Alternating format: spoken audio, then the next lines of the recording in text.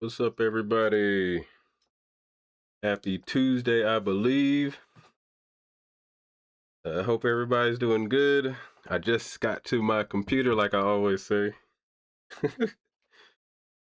I'm always getting here at the last minute. Let me know how the sound is. I added a couple filters to see if I can knock out some of the background noise and all that good stuff. Trying to get prepared for the next time I'm on somebody else's live, getting that set up correctly, because I think my sound quality was kind of bad. My wife was watching it and I heard it, and I was like, I don't know if I like that sound quality. Maybe it's just me being picky, but possibly just need to invest in a better mic. I think this mic is mostly for like on the go stuff, because at one point in time I was going to do a little bit more vlogging type stuff. But anyways, welcome back, everybody. If you're new here, welcome.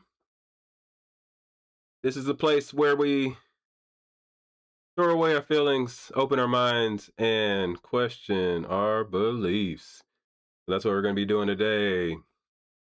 Got an interesting topic today. I didn't want to make my own video, I didn't want to like record a video on this subject because I watched a couple other people make videos, and I'm just like, I don't think this matters as much as anybody's making it out to be. But there's a couple people that asked if I was going to speak on this, and I'll speak on it, and we'll kind of go from there.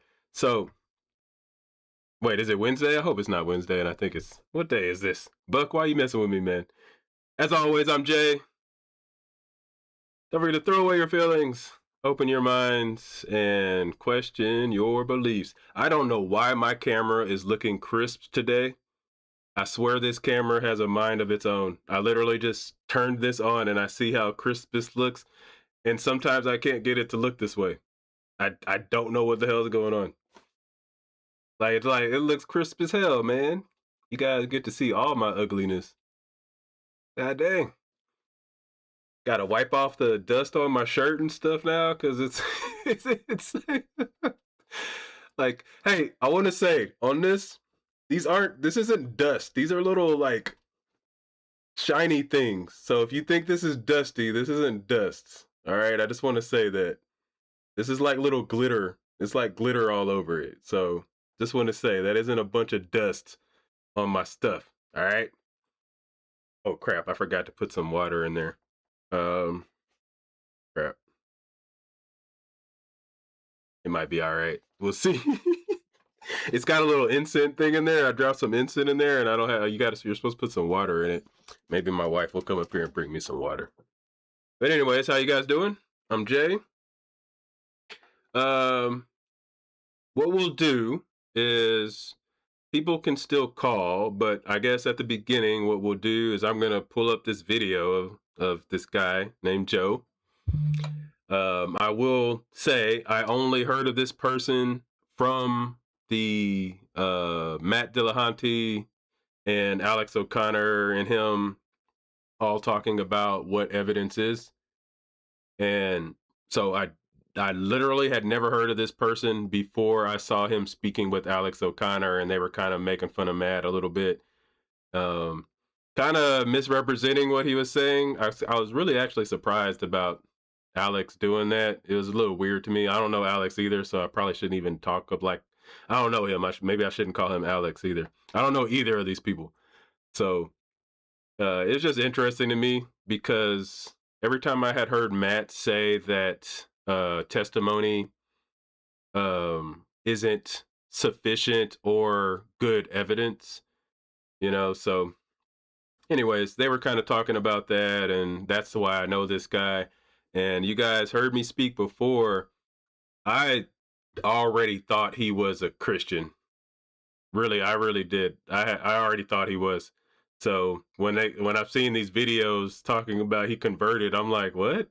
So I was thinking possibly when I saw that video when Alex O'Connor and this guy were speaking that he had already converted maybe, and he just never told anyone yet, right? So because I think when you're I don't know. We'll watch the video, but I'm assuming that he didn't convert the day he made the video, and this was maybe something that he planned to tell everybody, right? Not in some sneaky way or anything. So I'm not saying that, but it's just probably something that he planned to make a video on. So he could have been converted for a month before then. I don't know. Let's watch the video and then we'll see. I'm gonna let people trickle in. Once the numbers stabilize, I will start the video. But before then, let me know how you guys are doing. Let me know where you're watching from. We'll be going for our regular hour unless somebody like yesterday keeps me going. So, ooh, I don't know why that turned on. Now my video changed. That's what it is. What was that? What was that? It literally just changed my whole look of the video. What the heck was that? I told you guys, see, I didn't do that. What?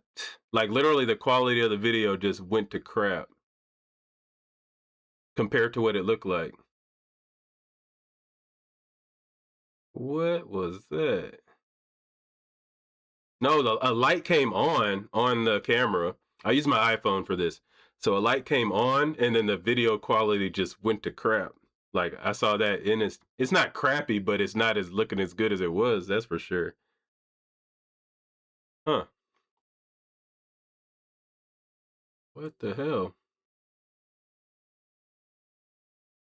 That was weird. I can turn off. See, now it's off, but now it doesn't look the same anymore. Wow, that's weird. That's weird. Maybe it's just time for me not to use my iPhone anymore. Anybody got any suggestions for good cameras? It's possible I should just stop using my iPhone.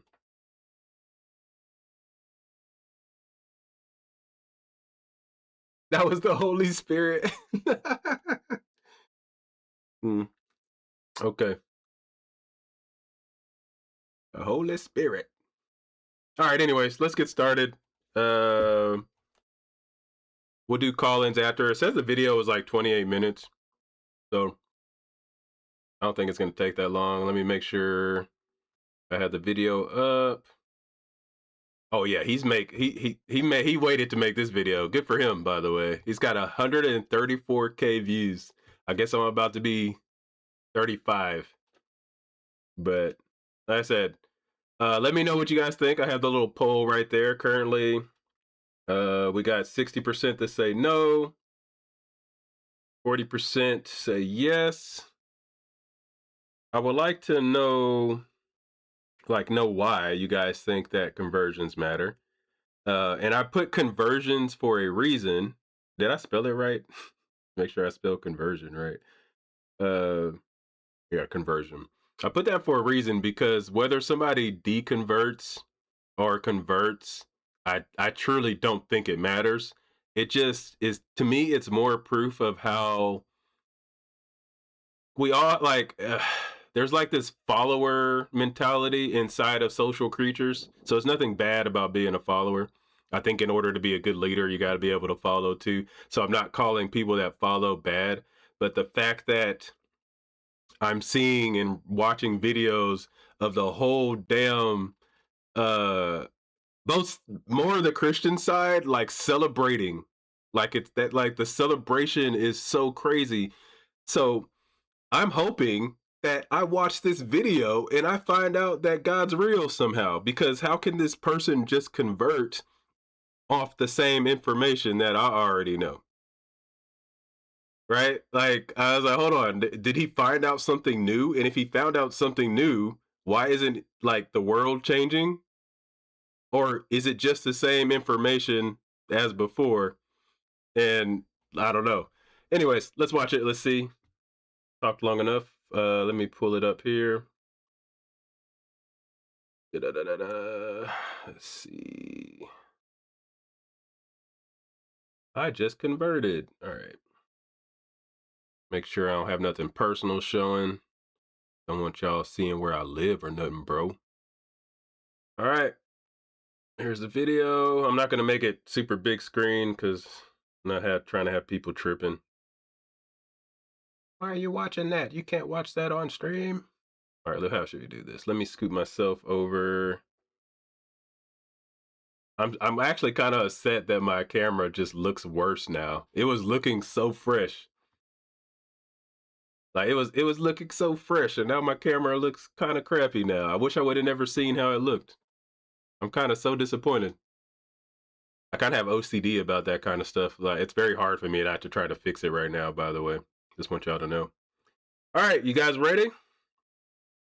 Thumbs up. Let's do it. Big news. God exists. Christ is Lord. And he established the Catholic Church. Off the bat, it sounds like a joke. I'm not gonna lie. It sounds like a joke. All right, let's go. I'm not kidding. I'm not kidding. Converted to Catholicism.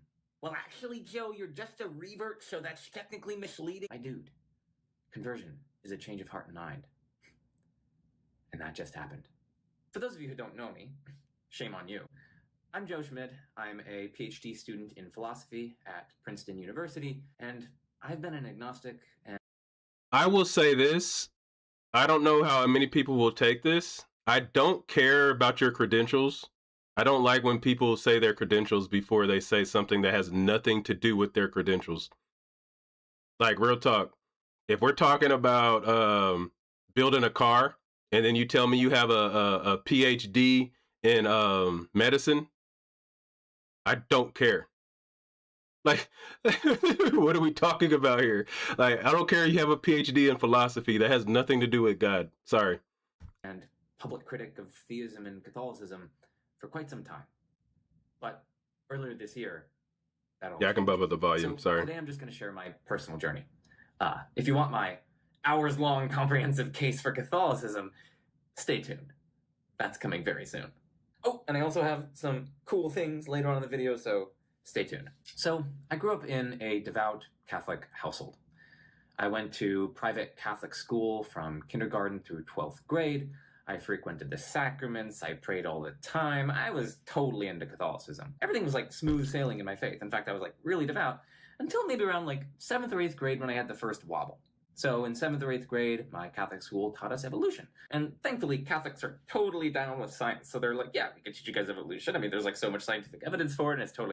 Catholics are totally down with science. Uh, what?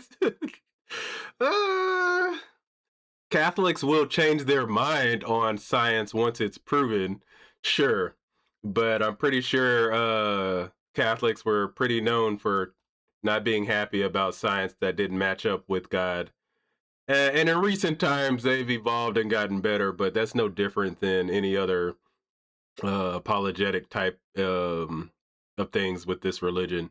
As society and secular science gets better, religions follow it. So I don't know about this Catholics being for science type thing, because I've heard some crazy shit from Catholics on science. All right. compatible with Catholicism. But it did cause me to start wondering, like, how do I mesh this with my commitments concerning Adam and Eve and Genesis? Like, how do I make sense of that? That bubble didn't last too long because I came across the work of people like Francis Collins and the BioLogos Institute defending theistic evolution.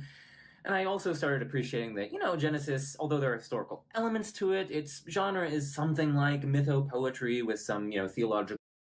What historical evidence is there to, like, is he talking about literally like, the beginning of Genesis, or he means like all of Genesis? Like, there's not a lot of historical shit in Genesis. I don't know. I'm curious if he goes on that. And historical aspects sprinkled in. And so I was like, okay, I can see accepting evolution together with what Catholicism teaches about Genesis and human origins. The Genesis does not say anything about evolution. Don't know what he's talking about. I don't know. That's a lie? I don't know. He has a PhD, so I'm just going to say certain things are lies because Genesis does not talk about evolution in any way. So I'm going to call it a lie. Since he's saying he has a PhD, I'm going to call him out for not being honest. That's a lie. Genesis does not say anything about evolution. But then, nearing the end of 9th grade, I really started reflecting further on the evolutionary process. And in particular, I reflected on the brutality of it. I mean, for hundreds of millions of years, animals were just like ripping each other to shreds and just suffering and languishing.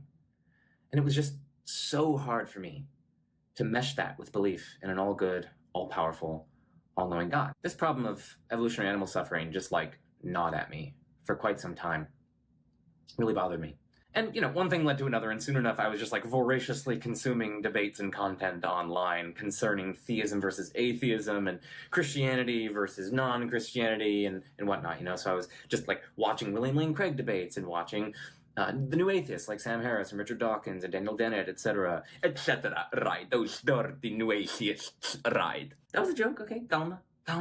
After some time, the problems for theism and Christianity just kept mounting and mounting, and eventually, I lost my faith.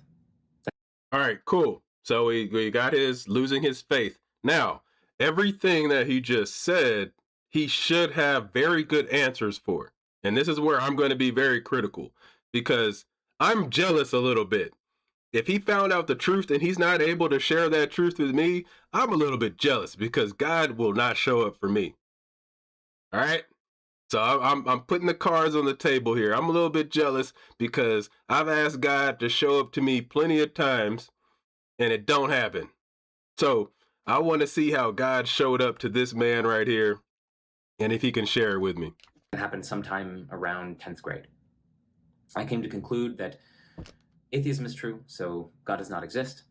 And I also thought that naturalism is true. So, at bottom, the world is just fundamentally indifferent. There's no fundamental purpose. There's no fundamental mindedness. At bottom, as Richard Dawkins says, it's just blind, pitiless indifference. The natural world is all that there is. At the time, I thought that was just the best explanation of the data. But then, in the summer before senior year, I stumbled across this YouTube channel called A Worldview Design. And I was just captivated.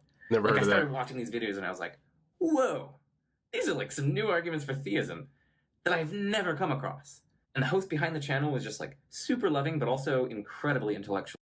I wonder what new, I haven't heard a new argument for theism I don't know. All the arguments I hear right now are the same arguments that I knew are apologetics that I knew when I was 12.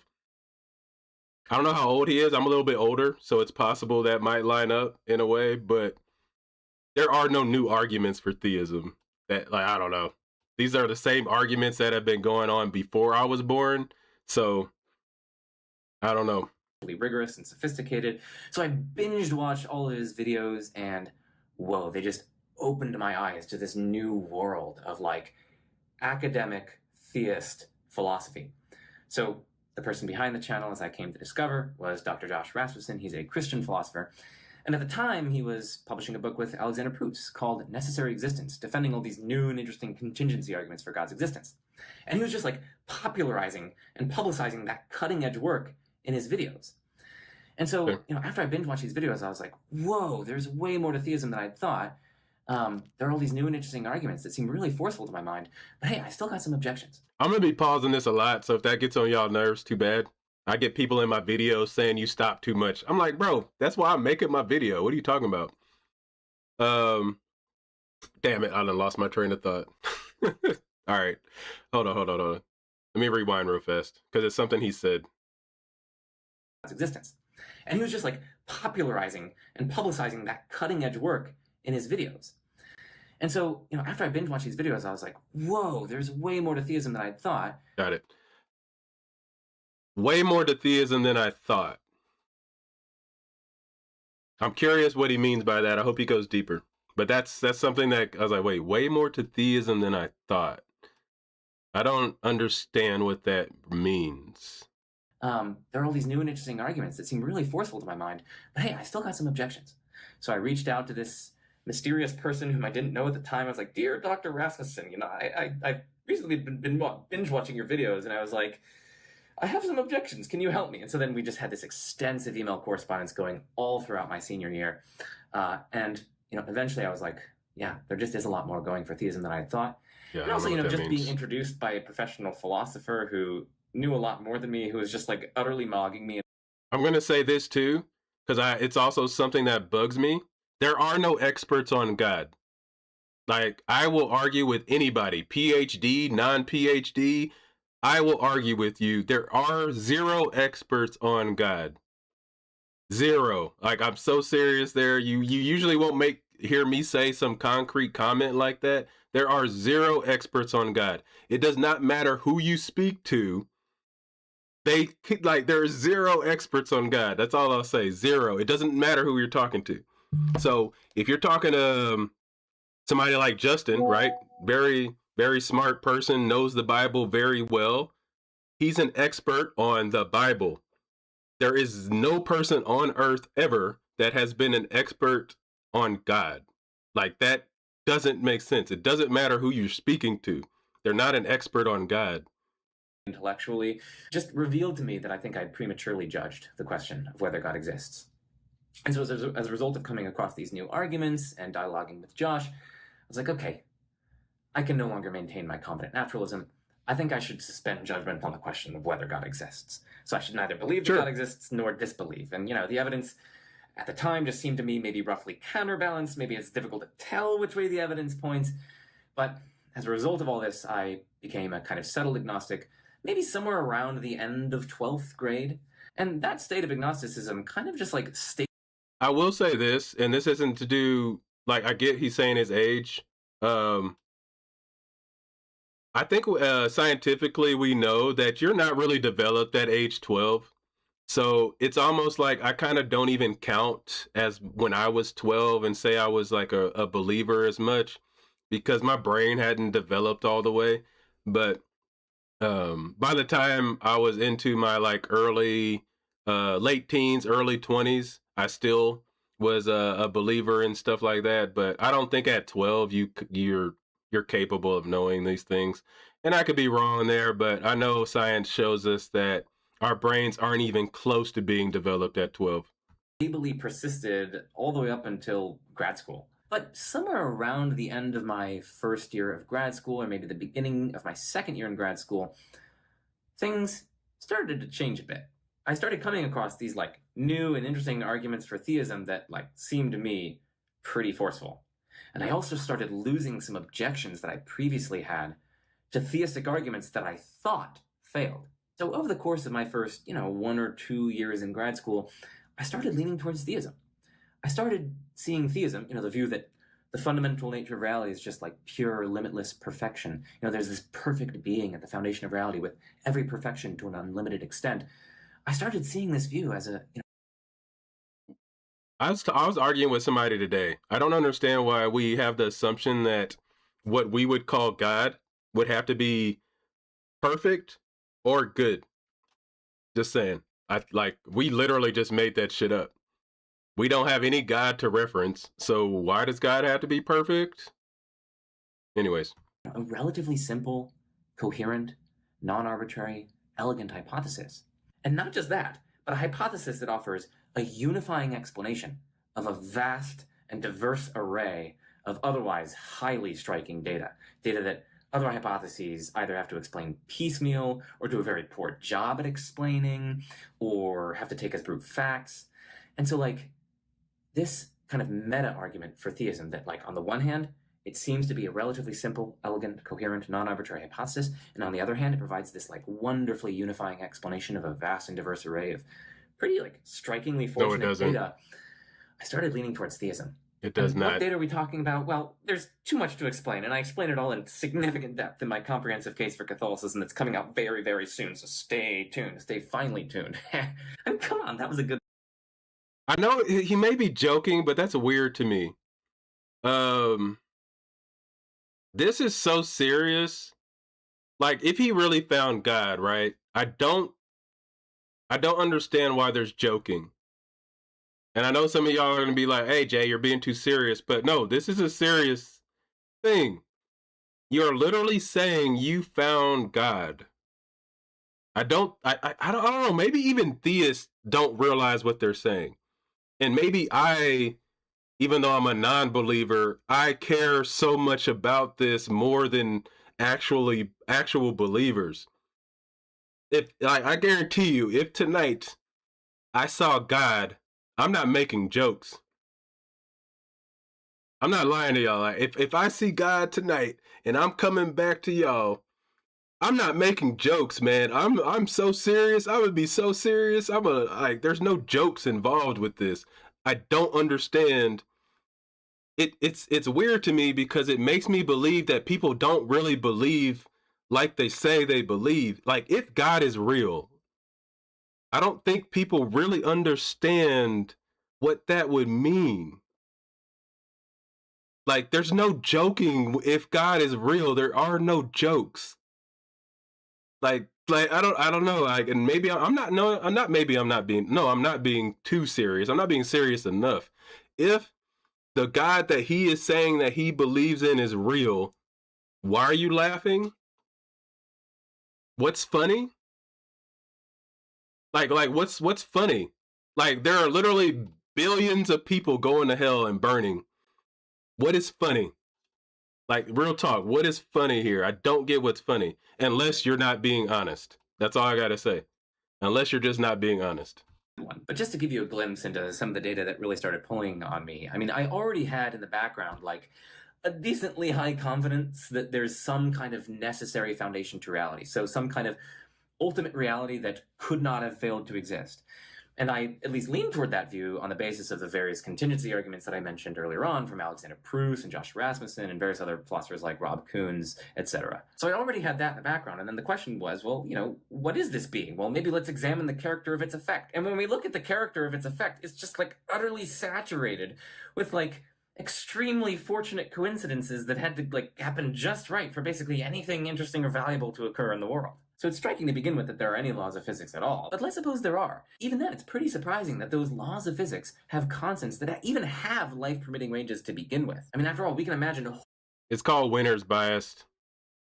If that whole, if things were a little bit different, yeah, it would just be different. And if beings were alive, we wouldn't be there. But whatever was alive there would think that they're special too. This is the oldest thing ever.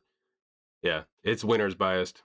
hordes of different laws, many of which are much simpler than laws that we actually have, which would preclude basically anything interesting or valuable happening. Basically like it is a law that there's a single particle which just like vibes for all of eternity. You're not going to get anything interesting or particularly valuable in such a world. But we didn't get a world like that. Instead, the law structures that we have are at least compatible with life. And not only that, but these law structures, the form of these laws, they contain certain constants or fixed values. And those fixed values need to fall within exceedingly narrow ranges in order for life or basically anything interesting to develop. So like none of this is new. I'm not going to stop it. There. None of this is and new. And then even then, we weren't done. In addition to that, the laws of nature actually match the contents of the universe so as to result in temporal evolution.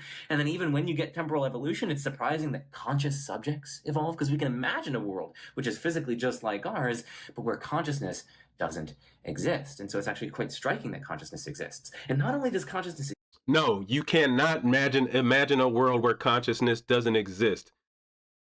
He's totally wrong here. No one can imagine a world where consciousness doesn't exist, because even thinking about that world is saying that consciousness exists in that world. Right? Like he doesn't even understand what he's saying, Mr. PhD. Like no, that's not true. Like you can imagine, just like you can't imagine what nothing is. Right? Like even saying the word nothing isn't nothing, right? So it's like, no, we have no conception of what non-consciousness looks like at all. He doesn't know that. I think he's false. Or he's false. He's wrong. Sorry. Exist, but it's paired very fortuitously with the physical world. Our mental lives are strikingly orderly and coherent and intelligible and rational, given our physical states, functioning, and behavior. And if you think about like the vast horde of conceivable ways of pairing up conscious states with physical states, only an exceedingly tiny portion of those actually lead to consciousness involving goods like rational agency and meaningful relationships and virtue and enjoyment and aesthetic experience and so on. And then we have moral knowledge. What's a relationship? Everything has a relationship. Just because things don't have relationships like we try to say, like that doesn't mean like a tree has a relationship with the ground. Right? Like, so it's like, what does he mean by relationship? It's not something that's special. It is just what happens when existence is, right? Like that is like, there's just relationships going on. So why are we acting like human relationship is anything special?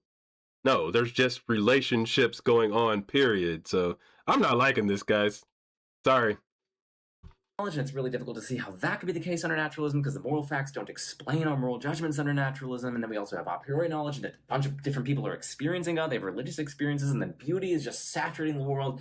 And so I just was reflecting on all these different pieces of data and all the coincidences that I'd have to stack one on top of another in order to remain an atheist. And that was just, it was getting difficult. But I still didn't go all the way to theism. This is kind of going towards what I was saying. Remember I said that I thought he already believed, and this is making sense. He's always had this little struggle, and I'll take his word for it, right? I'm not going to speak for somebody. He said he didn't believe. Cool. Whatever. But he obviously was on the edge, like the whole time, right? He's saying it, and that's why when I heard him speak, he sounded like a believer. Like he really did. He sounded like he was a believer. That's what I thought. Why? Well, because I had all these barriers to theism. I had the problem of evil and various other difficulties and arguments against theism that pulled on my mind, and those still just seemed so strong to me. But then, in my second year of grad school, I started coming across overwhelming evidence for miraculous phenomena. I mean, it started with certain people making videos about, like, Our Lady of Zaytun, this apparition atop a Coptic Orthodox church that literally, like, hundreds of thousands of people saw, in addition to tons of medically documented healing miracles associated with it. Another thing that kickstarted my journey here was that my friend Cameron Bertuzzi was interviewing a bunch of different, like, professional psychiatrists and deliverance ministers and exorcists and various other people who are on the periphery of deliverance ministry concerning demonic phenomena and manifestations that they've witnessed with their own eyes. And, like, here we're talking about, like, super recent, in totally perceptually conducive circumstances, with sane people, sometimes in the context of, like, multiple or even dozens of witnesses, and, like, things that it seems like it's really hard to be mistaken about, and which are, like, these, complex multimodal experiences. There are tons of things that we see that aren't there. We know this. Like we literally know this. There are ways of even forcing that upon somebody if you can mess with their brain a little bit. You can see stuff. We know you can see stuff that's not there. I don't know if this guy did any research. I don't there's still more to go to this video, but he's just saying shit. That's all he's saying. He's just saying shit. And this is why I got on him at the beginning for bringing up PhD. Why are you bringing up a PhD? Because you're not sounding like a PhD. Like you're not showing me like the research that you've done and why this is actually true. You're just making statements. Where, like, you know, the temperature of the room would just like instantaneously drop to freezing, such that the person can literally see their breath, and then become scorching hot, such that everyone in the room just starts like sweating, and testifying to things like, oh, you know, like a few days ago I literally saw with my own eyes, and multiple people present also saw it, and they told me afterwards, where like multiple things are just flying across the room of their own accord, and various other like instantaneous supernatural changes in facial structure or eyes or various other things like levitation and so on. And I didn't actually believe these things for the longest time. I thought it was actually pretty implausible, but Cameron just kept pushing me. He was like, Joe, watch the video. What's your explanation of this person's testimony? You know, I'd like give these flailing, kind of implausible, naturalistic explanations concerning which I have no independent evidence, and you know, basically I'm like having to divine from the armchair that these people are just like lying straight to their teeth, and then also like all the other deliverance ministers are in on it, and these various psychiatrists are in on it, and then like also, you know, like the government reports that we have to some of these phenomena are also like that the people who testified in those are just mistaken, and then like dozens of other. Nope, he doesn't have to say any of that, because there is proof that people have experiences that we know aren't real, but they're real to the person, right? And when I say they're not real, I mean they're not real in the fact that you can't show it to somebody else, but they are real to the person. I don't know why that's such a troubling thing for him to understand, Mr. PhD. PhD, remember, this is a PhD. Just saying. Mr. PhD can't understand that there are experiences people have that cannot be true. Mr. PhD, I'm only saying this because he brought it up, guys. He brought up Mr. PhD. Mr. PhD can't understand that people can see things and experience things that we would say aren't real. Okay, PhD. I was starting to shift in my seat. I was starting to become uncomfortable. And that was just like the first of my worries, because over the course of my second and third year of grad school, I was just utterly inundated with overwhelming evidence for miraculous phenomena. And like the caliber of evidence that we're talking about here is not like, oh, I prayed and my headache got better. It's like, okay, Susie, like I'm glad your headache got better, but I'm not quite sure that's a miracle. Instead, we're talking videos, photographs, blinded laboratory analyses, x-rays, you name it, we got it. X-rays? Is he going to say the Shroud of Turin is real? If this dude says the Shroud of Turin is real, I will cut this video off. I will not believe this guy anymore, I promise. And if y'all can get this PhD guy to come talk to me, do it. Like if he says the Shroud of Turin is real or some shit, I swear to God. It's like we got blinded laboratory analyses saying, yeah, this is suffering myocardial tissue. And what's that doing in a host that a Catholic priest just prayed over? Like, well, if you see that, what am I supposed to do? What am I supposed to do when you see that? It's like, oh no. And for some of these healing miracles, it's like we got documentation to like complete, instantaneous, permanent remission of advanced multiple sclerosis in combination with an uncollapsed lung, redefinition of calf muscles, an instantaneous removal of blindness at the same time. Oh, all in connection, by the way, with like a complex hallucination? Oh, and I know actually like a religious experience of like a booming voice saying, get up my child and walk. Like that's the level of evidence that we're talking about. And like for some of the canonization healing miracles for which medical documentation is required, it's like we got pictures of the dude beforehand with his severe bilateral congenital clubfoot. We have pictures from his childhood where you can see them, and he's like, we have testimonies from all like his friends and whatnot and his teachers, like to the effect that he'd always have to like walk on the sides of his ankles and whatnot. And we've got pictures of him throughout childhood with that. Oh, and then he prays to one of these Catholic saints, and then afterwards both of his legs are straight and completely healed. It's like, okay, this is insane. Oh, and it's like we've got x-rays afterwards and pictures afterwards. Okay, what's going on here? And then you just go through all these other cases, and it's just insane, and I just can't believe the conspiracy that I would have to posit in order to explain them all away. It just seems like the universe was conspiring to make it look like God exists, God is performing certain miracles, and not just miracles, but miracles that seem to vindicate, distinctive Catholic doctrines. We've got, for instance, very well evidenced Eucharistic miracles. You've got extremely well evidenced Marian apparitions like Fatima and Lourdes and Zaytun, where like Mary is like granting requests for conversion to Catholicism. She's saying, get the Holy Father to consecrate Russia, outside of his jurisdiction, by the way, to my Immaculate Heart, thereby vindicating the Immaculate Conception, which only Catholics dogmatize. And of course, you know, she's like, as I said, granting petitions to convert people to Catholicism. She's like telling people to pray the rosary, pray the rosary. So she's like advancing the cause of praying the rosary, which of course meditates on mysteries like the Assumption and the coronation of Mary. Oh, and of course it's Mary herself, the Mother of God, appearing to people. So like it's just shot through with Catholic vindicatory implications. And there are all sorts of reasons why naturalistic explanations aren't good and why demonic explanations aren't good. And that's just Fatima. Like at Lourdes, we've got Mary telling Saint Bernadette Soubirous, like, Je suis l'Immaculée Conception, or however it is, like, parlez-vous français, oui or non? And you want the baguette, the croissant? But anyway, she's literally saying to Saint Bernadette, I don't know, guys. I don't know. I don't know. I'll finish watching it. Like, we'll finish watching it, but I don't like this ain't shit. Sorry. Not sorry. Let me stop saying sorry. I'm not sorry. This ain't shit. I don't know. I would like to talk to him. I don't believe him. Unless there's about to be more evidence, I don't know. I'm not big enough to make him talk to me, but I don't know. I don't know. Like, I don't even know how to say it. Like, I don't know.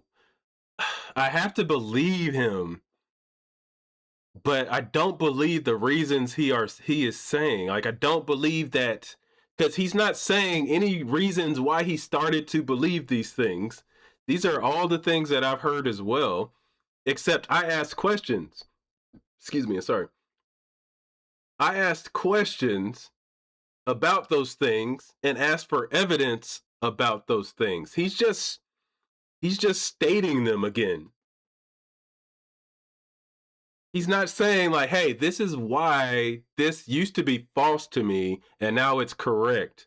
All I've heard is him saying that I still don't understand these things and how they happen, so I couldn't no longer say, and I think somebody put this in the chat, I could no longer say I don't know. That's what I'm hearing. He hasn't provided any evidence to why he all of a sudden believed. Like, zero evidence. There's zero evidence. I mean, we still got a little bit, but all right, man, let's go. I am the Immaculate Conception. I mean, how much clearer could you possibly get? And then God just goes out of his way to perform like the most unprecedented string of like concentrated, medically documented healing miracles in all of history at Lourdes. It's just insane. Or, you know, if I want to be French, Lourdes. Oh, and God's also going like out of his way on multiple occasions, on multiple different continents, and in multiple different centuries. He's going out of his way to like make sure that when like a Catholic priest, oh, and it only seems to be a Catholic priest, when a Catholic priest prays over some bread, it turns, oh my goodness, there's suffering myocardial tissue afterwards, and like we've got like scientific documentation of this, and like blinded laboratories and like blinded scientists who look at these things, and we also have the pictures of them that we can compare, and you can even ask AI to look at the pictures, and it's like, oh yeah, it seems like musculoskeletal or some kind of like muscular tissue. It's like, and of course, you know, the miracle at hand simulates like precisely the ontological change that Catholics believe in, and there are so many other things that I'm leaving out, but like, finally, no, you're not saying anything. In February of this year,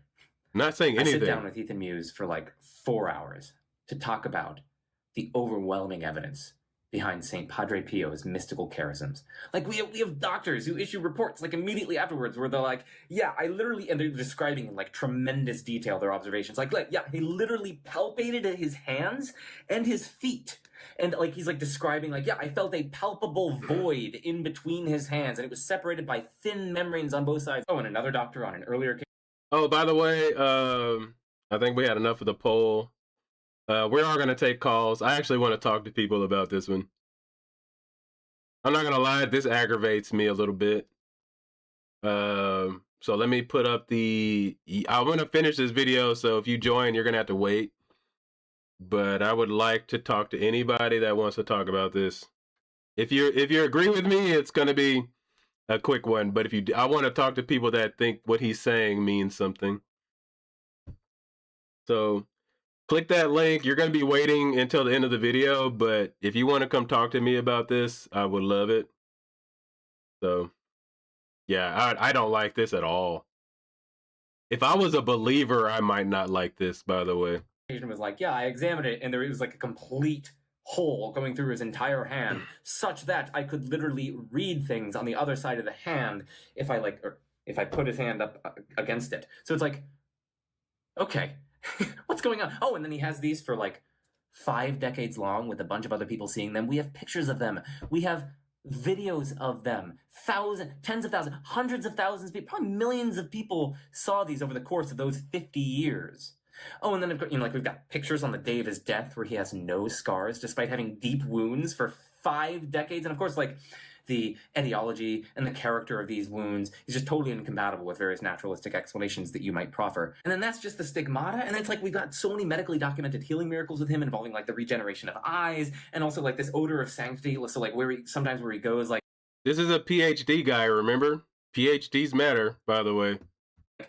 It would come in like waves, this like massive, beautiful fragrance that would like fill rooms and that would like stay with some of his relics for like years on end. Oh, and also like dozens of times doctors are taking his temperature and it's like giving naturalistically inexplicable readings. And so like on one of the occasions a doctor has a mercury thermometer, takes his temperature under his armpit with a mercury thermometer, it literally shatters. So then they get a professional bath thermometer and then take his temperature with it and then it reads 125 degrees. I mean, it's just, all your organs would just utterly fail at that point. I could go on, and there are lots of reasons why all of these have like Catholic distinctive vindicatory implications, where like it seems like God is going out of his way to put his stamp of approval on distinctive Catholic doctrines. My broader point is that God is going out of his way instead of saving the millions of babies that die.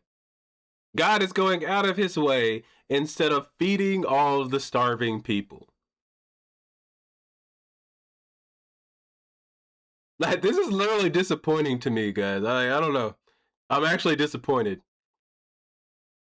It's bugging me a little bit.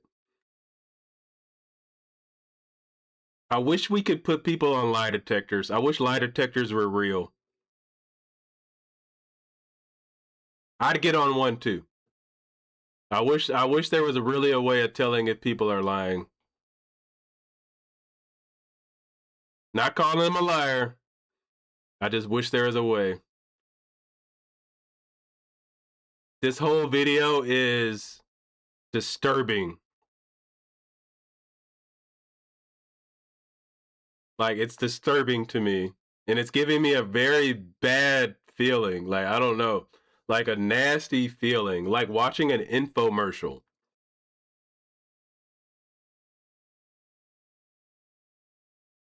I don't know, man. I don't like this. Over the course of my second and third year of grad school, I just start getting inundated with evidence for miracles, firstly, but also miracles that seem to vindicate distinctively Catholic doctrines. And not just that, but just as theism offered just this like wonderfully unifying explanation of like a vast and diverse array of otherwise pretty striking and coincidental data, I started to see Catholicism in the same light. It started to seem to me that Catholicism just unifyingly explains all this miraculous evidence, the pattern of miracles, the individual miracles, and then it also would make it not particularly surprising that I might be going systematically astray with respect to some of my moral intuitions or some of my intuitions against hell or various other things like that. So I started to see Catholicism in much the same way that I saw theism. Of course, I still had lots of objections to Catholicism. It was so hard to get through all of them, Like, I had objections to hell, and I had objections to the Bible, and I had objections to the moral teachings of the church, and I had magisterial objections and whatnot. But just over the course of, those 2 or so years, I just started looking into the objections further, and they just started to wane. So in addition... I started looking into the objections further. Yet in 18 minutes and 56 seconds, this gentleman has not presented one, I don't know even what to say, 1 ounce of evidence. Not 1 ounce of evidence has been spoken. Not one. To like reading like theology and philosophy and, magisteriology. In addition to all of that, I watched lots of YouTube videos, but also I would just sit down for like hours on end with my good friend Ethan Muse, and we would just go back and forth on these various objections. And for the most part, he was just like systematically coming out on top. So I was like, oh man, what's going on here? No, but like, and his responses to my objections were actually quite powerful. I mean, ultimately, it was the 4-hour conversation with Ethan Muse on Padre Pio. You know what? I'd like to talk to Ethan Muse, whoever that is. Come talk to me. Like, come talk to me. Since you know, like, you converted this person, I guess. Yeah, come talk to me. I don't know who the hell that is, by the way. Ethan Muse. This is stupid, guys. I say guys as humans, by the way. Or maybe I shouldn't use guys, I guess. But this is stupid. I don't understand why people are making a big deal out of this. I don't understand. Nah, let me not say that. I don't understand why people are making a big deal about this. Let me just stick to there. Let's read some of the comments. I don't know if I even want to watch the video. I don't even think there's any point of watching the rest of it. So let's just like read some comments. Congratulations, Joe. Being a convert myself, I know it's a huge relief to finally be able to talk about this. Looking forward to seeing what you have to say in upcoming videos. What? All right, whatever. Super pumped for you. I think we are back. Okay, I get that. That's a joke. Got it.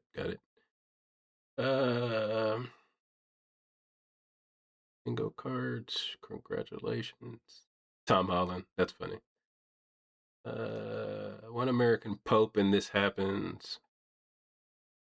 See, guys, and I know you guys, this is how serious I take this stuff, by the way. I don't think people really believe in God like they think they do. Like, if God is real, there is no joking. Like, there's no joke. Like, I don't know if these people really, I don't even know what to say. Like, what's funny? It's like, I don't know. I'm laughing, but it's laughter after like what would be funny? I don't know if anybody really. I don't know. I probably shouldn't say that, but I don't know, man. I got to think about this. I'm really gonna have to start thinking. I got to think about this. Like, the way people treat God is like so weird to me, and I don't even believe in this shit. But like, everybody treats God like a joke. So it makes me think they don't believe, because if it's a joke, it's not real. I guarantee you, if I believed in God, I'm not joking. Like, I'm not making jokes. And when I believed in God, I wasn't making jokes. This shit's not supposed to be funny. It's like, this is just a game to people. Just a game. They think it's like a social game. They're just having fun. Ha ha ha. Ha ha ha.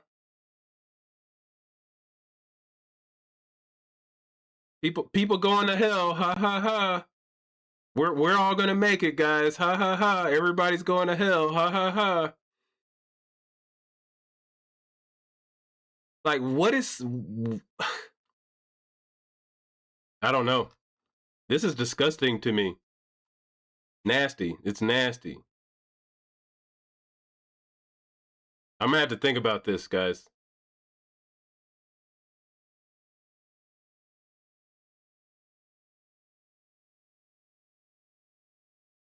I don't know.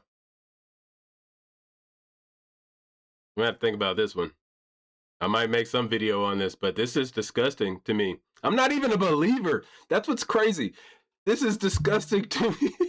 Like, it's disgusting to me. This is totally disgusting to me. It's disgusting. I don't know what to say. Y'all want to finish watching this? Like, I really feel sickened by this. That convince me intellectually that Catholicism is true.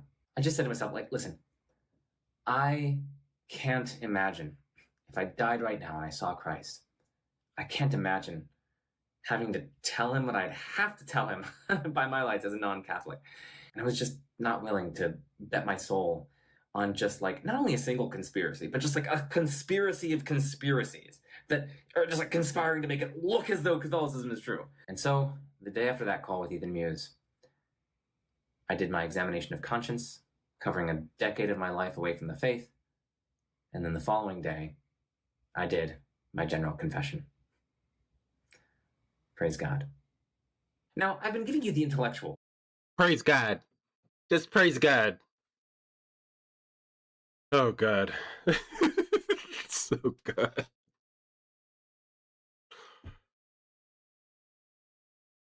Sorry. Whatever. I would love to talk to this guy.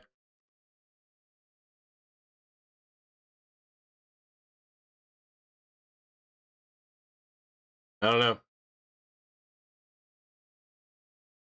I don't know. Don't know.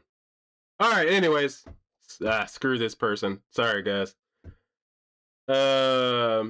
Anybody want to come chat? I'm not watching the rest of this. I'm not. We almost watched all of it. I'm not watching the rest of this crap. This is crap. I'm not going to be as kind as some of the other people because I take this way too serious. I watched some other videos where they're trying to be kind. Nope. Not going to be kind. Not like that. I mean, I'm not going to like talk shit like crazy, but nope. Don't trust this guy at all. I don't trust him. Sorry. Maybe. Oh, now we can see myself. Man, he can come talk to me if he wants, but nope, don't trust him. Whatever. All right. So, who wants to come have a chat? If you agree with this man, if you think he gave some good reasons, go ahead and step up to the plate. We only have, I don't know, a little bit longer. Yep, you heard my opinion. Very quick opinion. This is also like just kind of watching some of the other people make videos on this. I didn't watch this video. And I was like, I'm not going to make a video on this because I doubt this person is going to say anything that is profound. And maybe the thing that bugged me the most is that he wanted to throw out his PhD at the very beginning. Like that mattered, and that he was going to start showing proof of what he believed.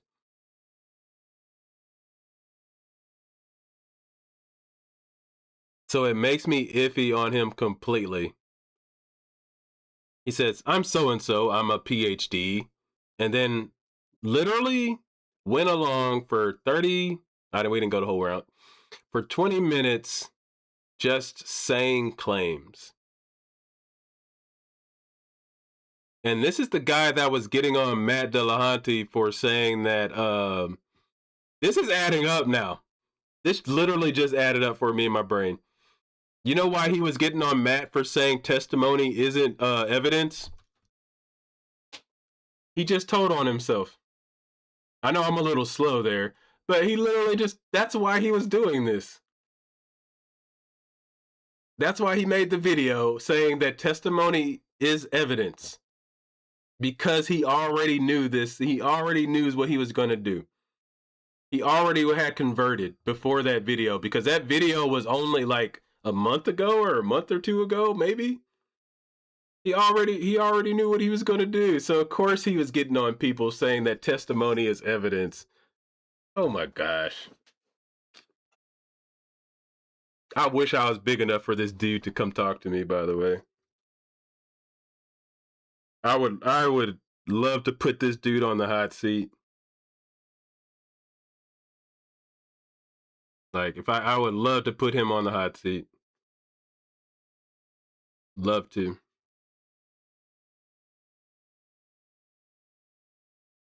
Because, yeah, this is just ridiculous. No, but I mean, like, the way he presented it, like, what Matt was saying was so ridiculous. And Matt, for my, like, I'm not speaking for Matt Delante, but it's just like, it was like, testimony is the weakest form of evidence. That's what I usually would hear, and that's what I agree with. But, yeah, whatever, man.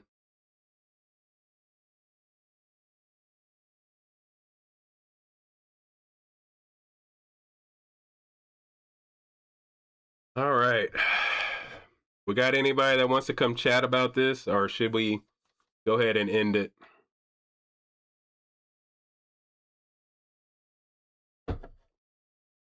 Might give me time to work on a video, actually.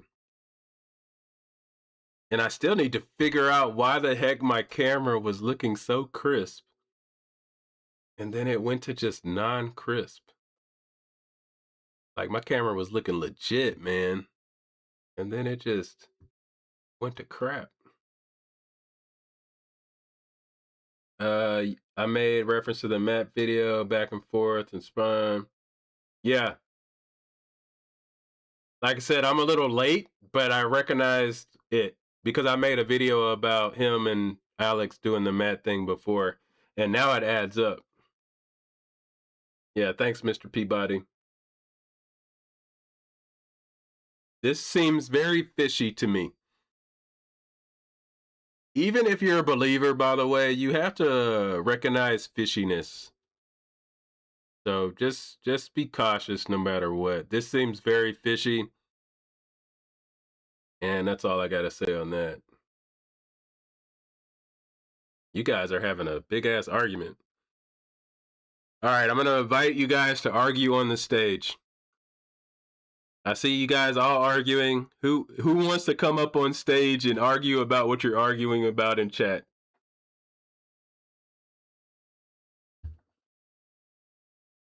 Let's do it. I'm offering the stage up for 2 people. I'll be the moderator. And you guys can come hash it out on stage. Let's go. Who wants it?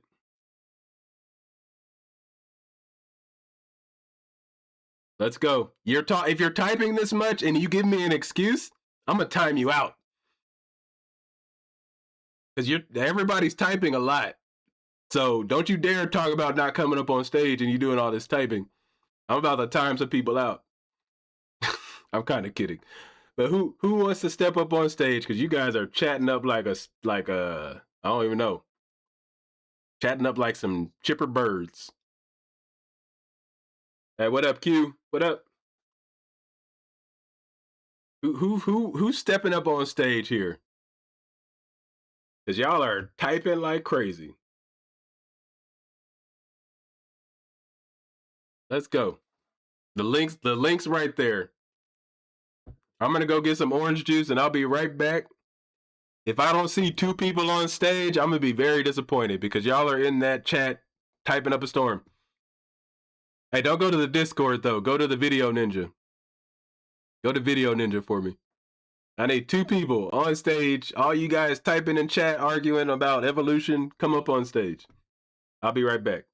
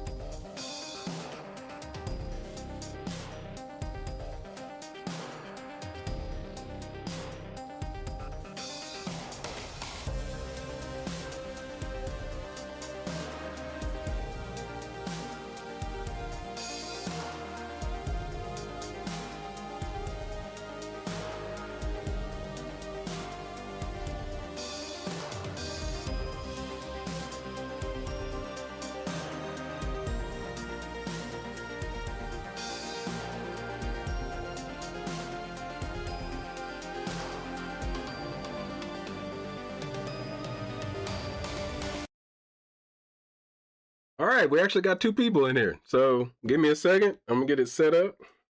No yelling. Everybody don't talk over each other.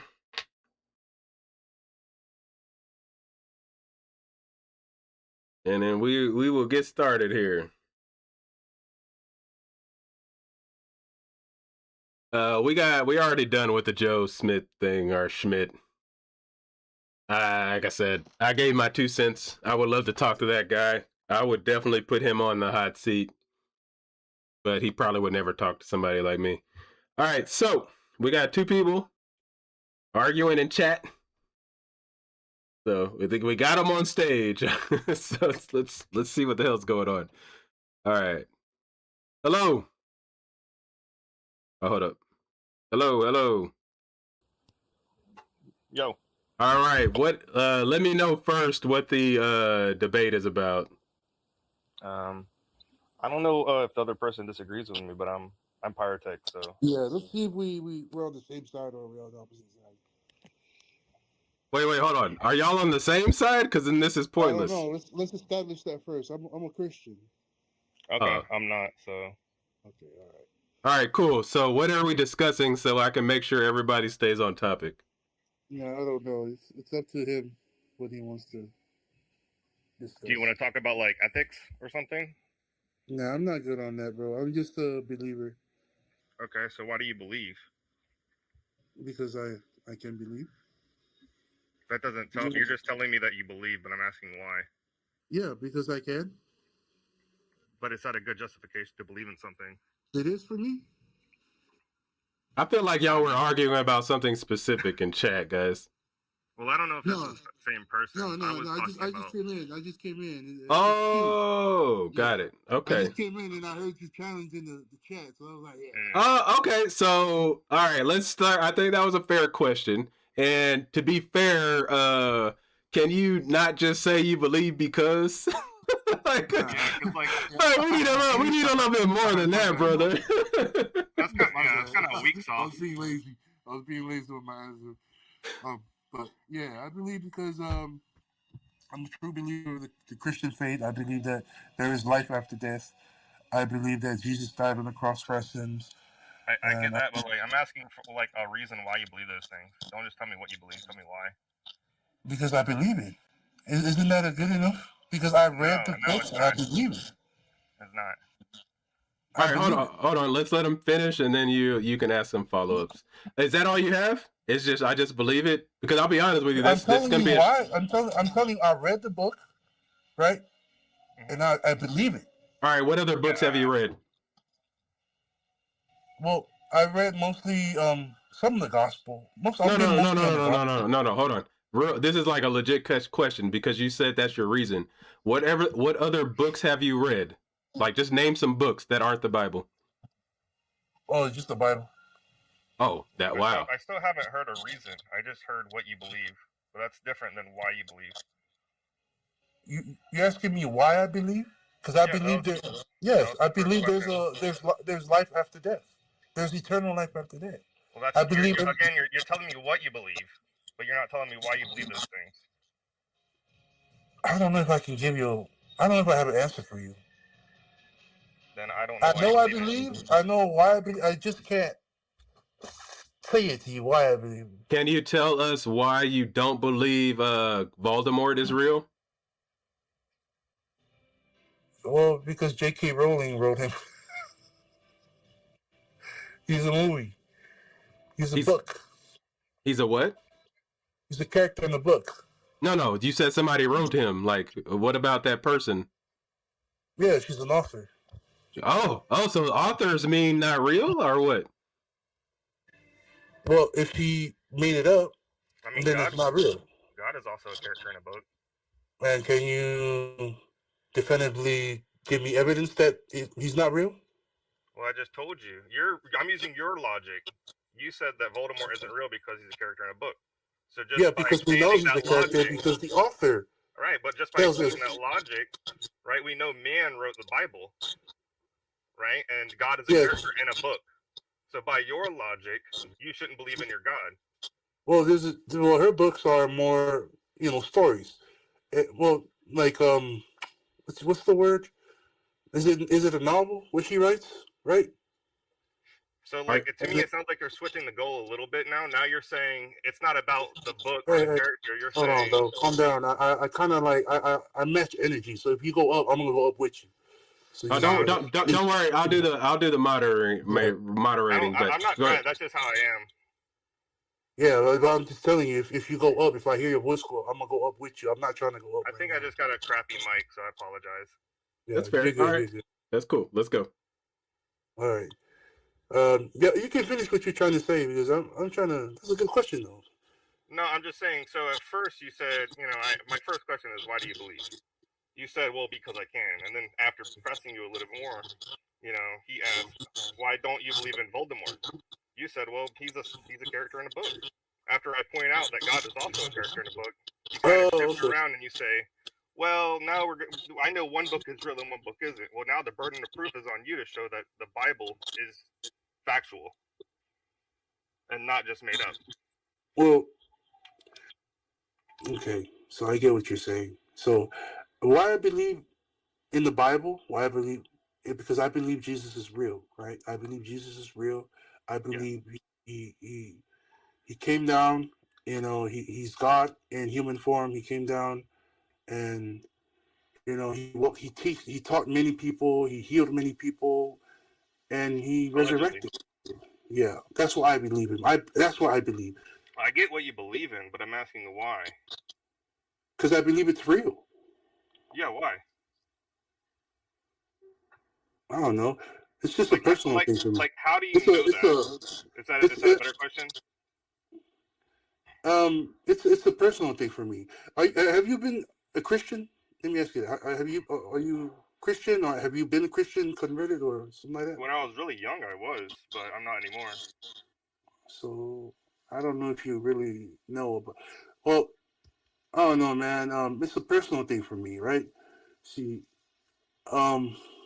reading about, I was a Christian. My whole family's Christian. They're all Catholic. I don't follow the Catholic Church, but I really wasn't a believer that time in those days. I was really like just doing my own thing, I'm just like a shell, just going through the motions. It wasn't until some personal things in my life that I really believed, right? And only that, I really believe in the gospel. really believe in what's being taught in the Bible. But I don't really have an answer, like, because to me right now it's like your worldview versus my worldview, which is gonna clash. We don't really know that yet because I haven't really said anything of what I believe. Okay, well that's what I believe, and that's why I believe it. But you just told me what you believe. You believe that. No, I told you because I think it was real. I believe it's real. Okay, so maybe this real fast. If he were to tell you that he doesn't believe just because, would you understand why that might not give you enough information? Like, if he is like, hey, I just don't believe in God just because, like, wouldn't you ask more questions, right? Oh, you asking me? Yeah. Wouldn't you ask him more questions if he said, I don't believe in Jesus just because? Not really. Oh, because well, shit. It's a faith thing. You have to have faith. Jesus said, blessed are those who believe and have not yet seen. What else? Do you believe that? What else in your life do you treat that way, that you don't care about evidence? Well, I'm not saying there's no evidence. There's evidence in my life. It's just a cool. Great. That's what we're asking. All right, that's what he's asking. He's asking for the evidence. That's it. Yeah. There you go. Go ahead. I'll let you talk now. Give the evidence. My evidence. I don't know if I can, accept my evidence. That part doesn't matter. We're just looking for evidence. Well, yeah. Don't poison the well and act like I won't accept it. Just tell me, and then we'll look it over. Well, my evidence is my personal experience. Been through bad stuff. Mm-hmm. Like I was like I told you, my family Christian, right? Yeah. They're all Christian. I really wasn't into it. I really didn't believe it. I was just going through the motions. I was doing all this stuff in the world, sitting here and there. And then there was a point in my life where, I don't know. It's something I can't explain to you. It's just something that made me pick up the Bible and started to find myself. And yeah, I started reading the Bible, and that's what I'm saying. It might not be evidence to you, but it is evidence to me. I'm still not hearing any kind of reason besides like you're just telling me what happened. I think that's reason enough for me. So like if I read the Quran, if I just stumbled upon the Quran, read it, believed it, and you said, "Hey, why do you believe what the Quran says?" and I just say, "Just cause." That's cool. That would be totally fine with you. Yes, that's cool because I don't want. I'm not going to force you to not believe, or to believe what I believe, and you know what I'm saying. I'm not going to force. I don't. If that's what you believe, that's cool. No, that's what I mean. You know, one second, real fast. I don't think you would agree with that if I had you being accused of a crime, and we got a jury, and I'm the prosecutor, and I just say exactly what you said. Hey guys, this is what I believe. Send him to jail because I just believe it. Do you think that would be a fair trial if they sent you to jail and that's all I said as the prosecutor? Wait, what? If you are, I don't think it's the same thing. It is, because if I could accuse you of a crime and my only evidence is I believe you did it, do you think you should go to jail? Well, then that means that you're putting my faith on the stand. Like you're questioning my beliefs. Oh, yeah, actually. Yeah, yes. Okay. Yeah, I think you might be understanding here. And so I'm asking for evidence for that. You wouldn't be okay with somebody just saying that, hey, he did it, and that's it. Well, that's what I'm saying. It's not the same thing because if it's in court, I got to prove myself. Well, I got to prove. I was going to go a different route. Yeah, if it's my belief, I don't know what to tell you. All right, go ahead. Like, for instance, if I was Christian, right, and I thought you were Muslim, I would think, based on the Bible, that you were going to hell. Okay, then that's a different thing. Now we're talking about hell. So do you think, like, if, as a non-believer or a Muslim, like, do you think I would go to hell? Yes, I think you would go to hell. So saying, it's okay that you don't believe in what I believe is kind of like saying, I don't care if you burn forever. Well, it only matters if you're affected by it, right? No. Saying that you don't care is equivalent to saying, yeah, I don't care if you burn forever. Like, if you actually cared about me, you would try to convince me of your belief. Well, see, now we're gonna go to my worldview. In my worldview, I cannot bring you to my faith. Only God can bring you to. What I can do is give you the word. So God decides who goes to hell and who doesn't. God reveals Himself to you. Exactly. So He decides to reveal Himself to some people and not to others. Yeah, I think so. So whenever He sees somebody going to hell, He just signs off on it and says, "Yep, I'm going to torture them forever." No fault of their own. No. Well, it depends on you. It depends on you. See, according to you just said it depended on God. Yes, God reveals Himself to you. Yeah, so that's His choice.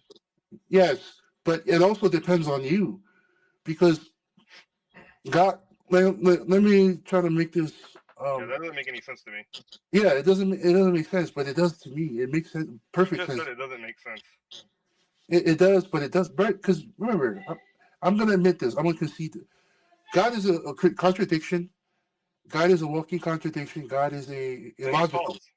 Then he's false by definition. No, it just means that we cannot perceive His existence, right? We don't have the methodology to perceive His existence. We can't perceive it. There's no good reason to believe in it. Because if we the shifting burden of proof, if you're in my position, you got to prove that God doesn't exist.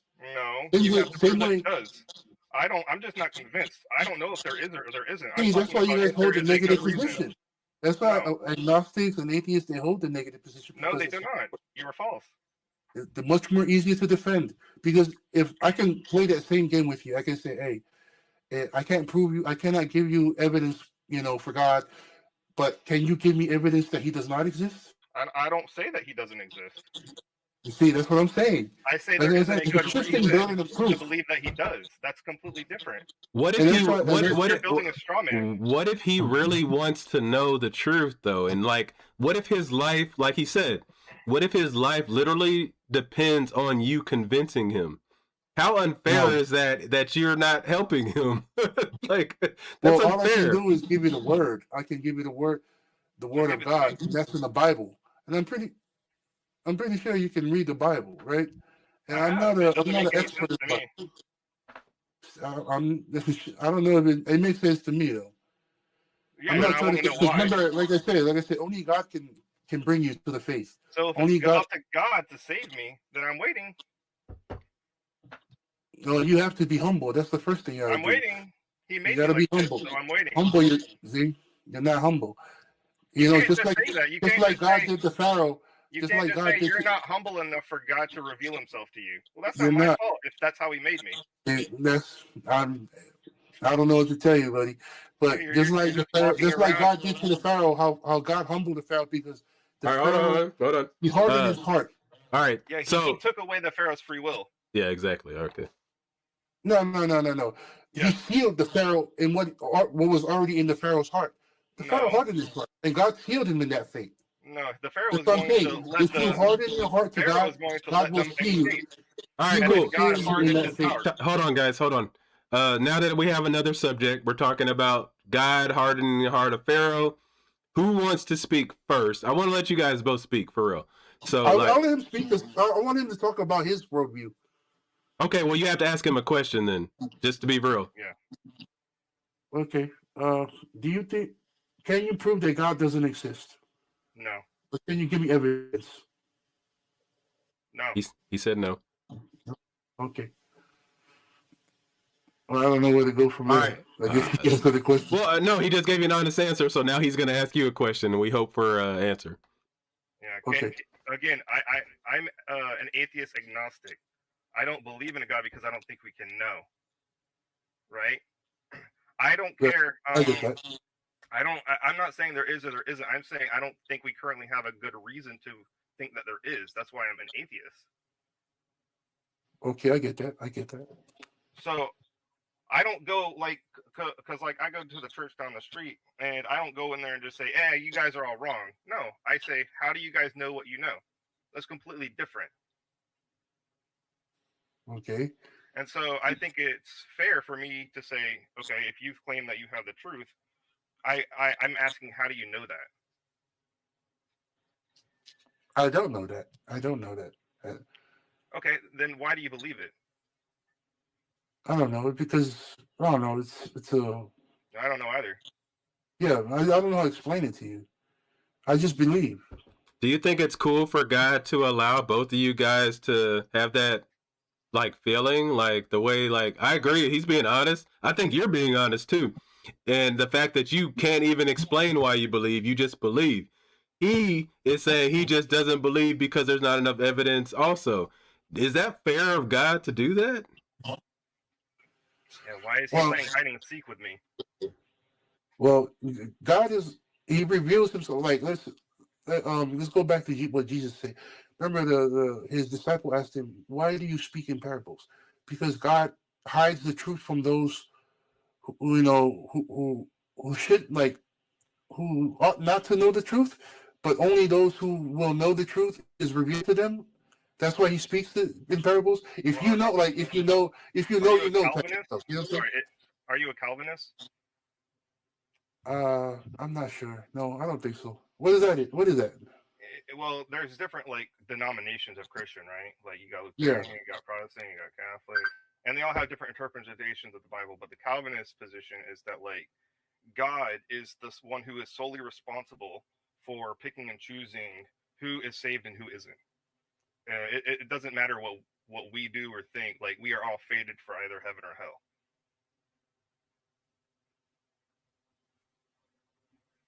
It's kind of what you said. You said God has to reveal himself, and that's it, right? It's like if you really believe that, you're kind of a Calvinist because you're saying that we don't have an option.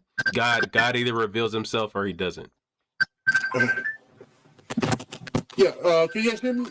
Yeah, go ahead, brother. Go ahead. Yeah. I'm sorry. I'm getting a call right now. I gotta go. I'm sorry.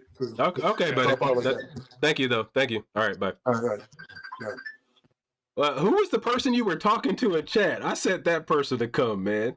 So I don't think they will. Like, there's like Muhammad and truth versus lies and stuff. Man, And yeah, hold sorry if on. the person was saying I was mean or something, but I don't. No, I I don't don't know. think you. I just. I don't think you were mean. I think even he wasn't mean either. He was just like, hold on, bro. I think I feel like you're being aggressive, and I don't want to get aggressive. I liked how y'all handled it, so I don't think there was a problem. Yeah, I probably have like a machine gun question style. I need to work on that. Yeah. Oh yeah, Muhammad's not gonna come up here. Who else was it? Muhammad is like Patal. They just talk. I'll talk to any Christian. So I'm ready. Do we have any Christians ready to come on board? And we won't double team. I'll be as quiet as I can. Anybody? What do you think about the Joe Schmid while we're waiting? I mean, there's this thing like called the hindsight bias, where it's like, you know, we think about things after the fact and in a different light. And so like a part of me wants to be like, oh no, he was always like a Christian or something. But I feel like that's like a kind of a bias towards me. You know, like if I'm being honest, like maybe he did convert, but I still think his video, like his intro, felt very pranky. Like I remember watching like 20%, like 80% through, and I still thought it was a prank, especially with how he started the video. He was like, I'm glad you said that, because I was like, yeah, I was trying to hold back from saying that. Keep going though. Keep going. Yeah. Like it just felt like The Onion, you know? Yeah, I agree with you. And I was just like, and I think that's when I realized I didn't think he was making a joke video. It made it disgusting to me in a way. And maybe I'm being exaggerated. I don't know. Maybe I'm in my feelings a little bit. I don't know. And I'll think about it, and I'll tell the truth after I get over whatever. I just felt like it gave me a very 3 a.m. infomercial vibe. Yeah, like it really did. And like you said, I think, like, you know, he, as an atheist and agnostic or whatever he was saying, you know, he has a lot of problems, like, you know, the problem of evil, the problem of suffering or gratuitous suffering and stuff like this. And at least give me a hint to like what changed your mind. Yes, he didn't say that. Yes. And I'm like, okay, I get that you said you're going to make a video about it, and I feel like this video is going to get torn to shreds. Whatever he makes, it's going to get torn to shreds because people are already like going through his old stuff. And it's funny because like all the atheists are going through his old stuff and being like, listen, like, you know, there were signs, right? And all the Christians are going to be like, woo, he you know, like we got one, you know, God found him. And I just find it very interesting that, you know, like he says, he's a revert, but what luck that he was raised in the correct religion. Yeah, what luck. He picked the exact one he was born into. He just got. It's like why didn't he find, I don't know, a Mormon, the Mormon Bible convincing, you know? I don't know. Man, hey, Mormonism be going off. That shit be like I don't know why people don't think that's the truth then, because Mormonism be growing, bro. Mormonism's got a lot more recent evidence, you know, for it. I mean, I don't buy it. Oh yeah, I don't buy it either. But I mean, like, if we're talking about how fast things grow, Mormonism is still kicking it. Like, there's a lot of fucking Mormons coming out there, and now that they allow black people, oh no. Sorry, I had to. I gotta throw in that subtle racism. Not even subtle, by the way. Anthony. Hey, Anthony, if you want to join, you can join. But I don't like having 3 agreeers. But I want another Christian, and I'll try not to machine gun, because like I try to listen. But if your answer is just because I believe just because, I feel like you're being really dishonest to me. That's fair. Because why did you get up on stage to debate just to tell me you'd believe it just because? I to be fair to him, he's called me before. I think he thought he was going to talk to me. Oh, well, I take back what I said. I don't mean to be mean, like. Just for you too, like, because I don't think you're trying to be mean either. So I want to be fair to both of you guys.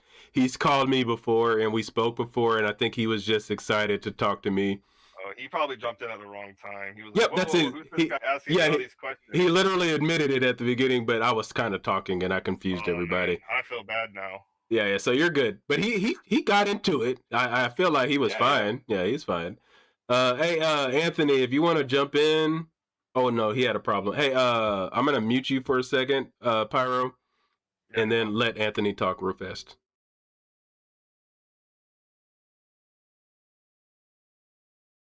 Hey, what's up, brother? You there? Hi, can you hear me? Yeah, I can hear you. We're waiting on somebody to jump into the other one. I know you. The video ninja wasn't working for you, but I wanted to let you speak real fast. Oh, sorry, let me just turn the okay, yeah. Yeah, it's just so I've been following this, and a few of the people in the sort of the counter-apologetic scene have made response videos, like Vision, like Gnostic Informant, Mindshift recently as well, and a few others, Modern Atheism.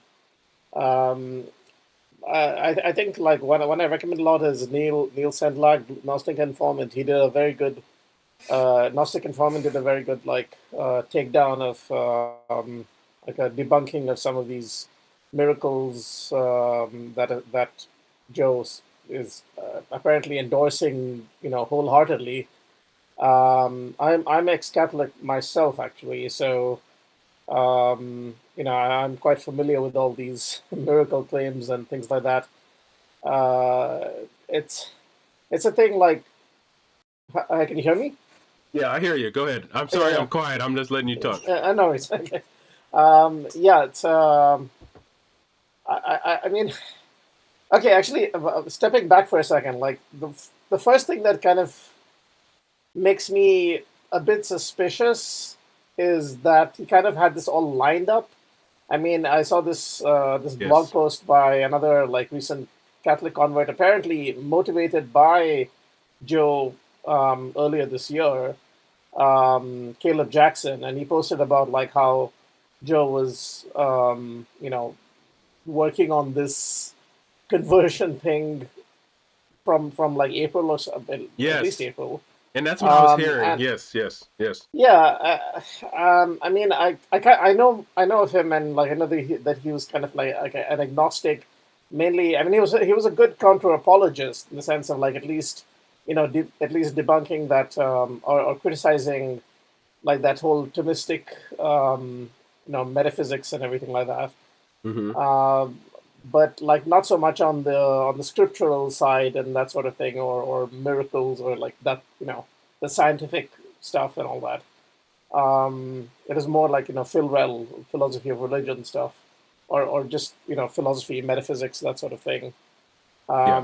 It's just like, I don't know, the way he's kind of working towards it, and he already had these podcast appearances with like Matt Fradd and others, kind of lined up in advance, and had this, this tie, like Catholic ties, apparently Yep. ready to go. Yep. I don't know. I don't know what to make of that. It's like it seems That's what I very was well saying, managed. and I don't mean to cut you off, but that's where I was saying I'm getting a disgusting feeling, and even if I was a believer, I hoped other believers get a disgusting feeling because it literally felt like just taking advantage of something. It really did to me.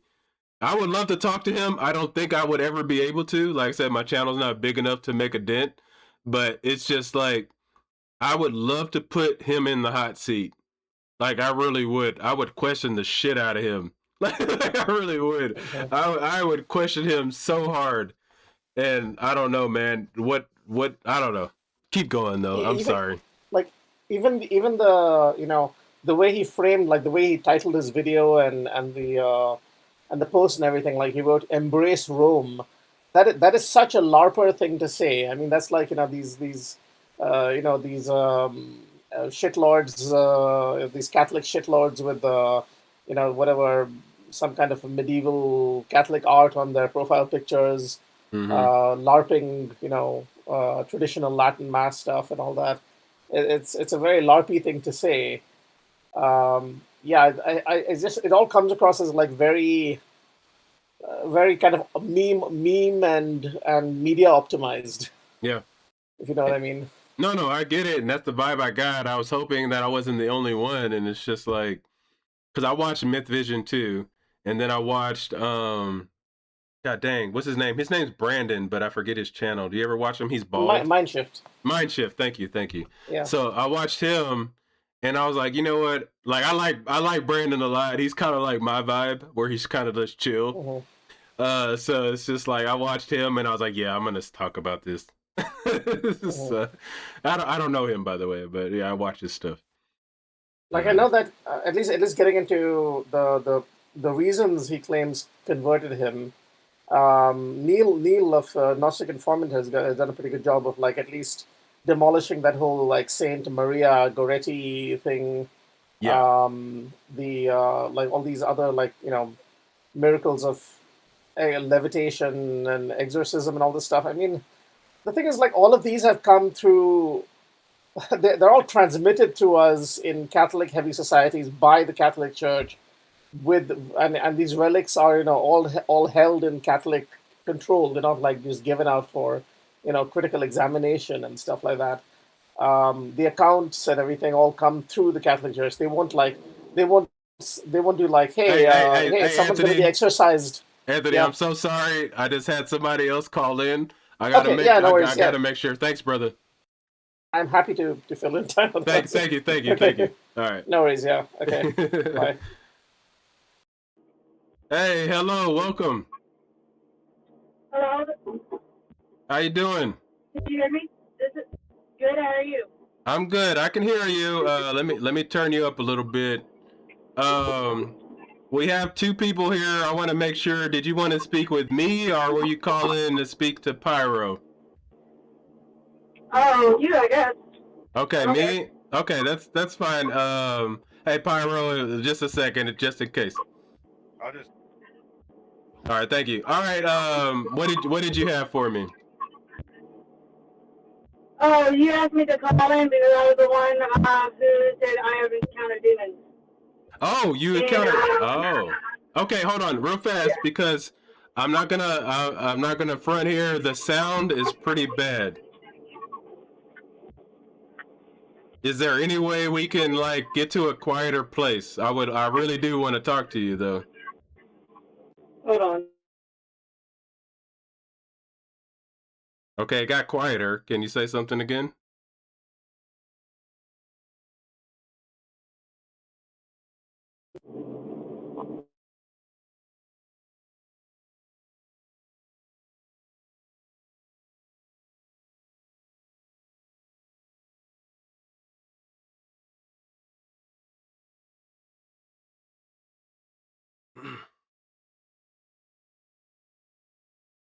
Hopefully you can fix it, because I want to hear your demon story for real.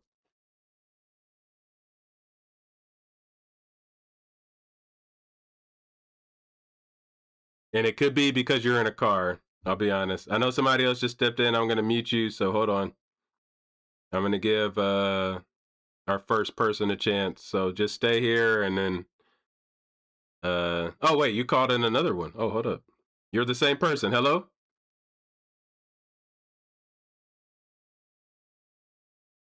How did you call in twice? You got two phones? Like, can you hear me? I got two phones. I can't. Hold on. Maybe hold up. It says you're muted. Can you check your mute?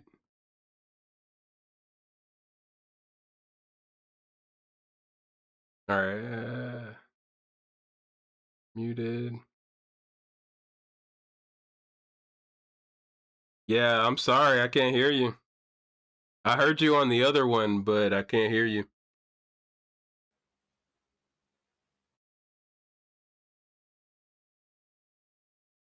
I would say this, close out of everything and then call back on the phone or on the app you want to call back on. So I would say hang up. I'm going to hang you up, and then you call back on one, because right now we have the unless you have Discord. Do you have Discord? Ooh, it's hiding here. Golly.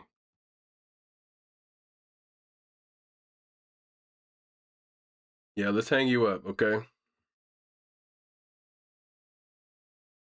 Golly, it's not even working to hang up people. Yeah.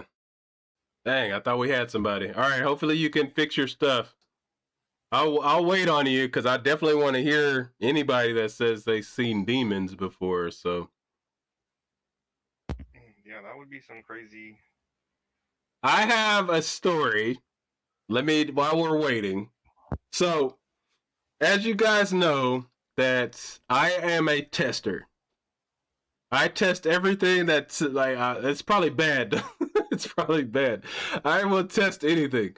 So, at a very low point in my life, that I wanted to know if God was real so bad that I looked up, like, how do you conjure the devil?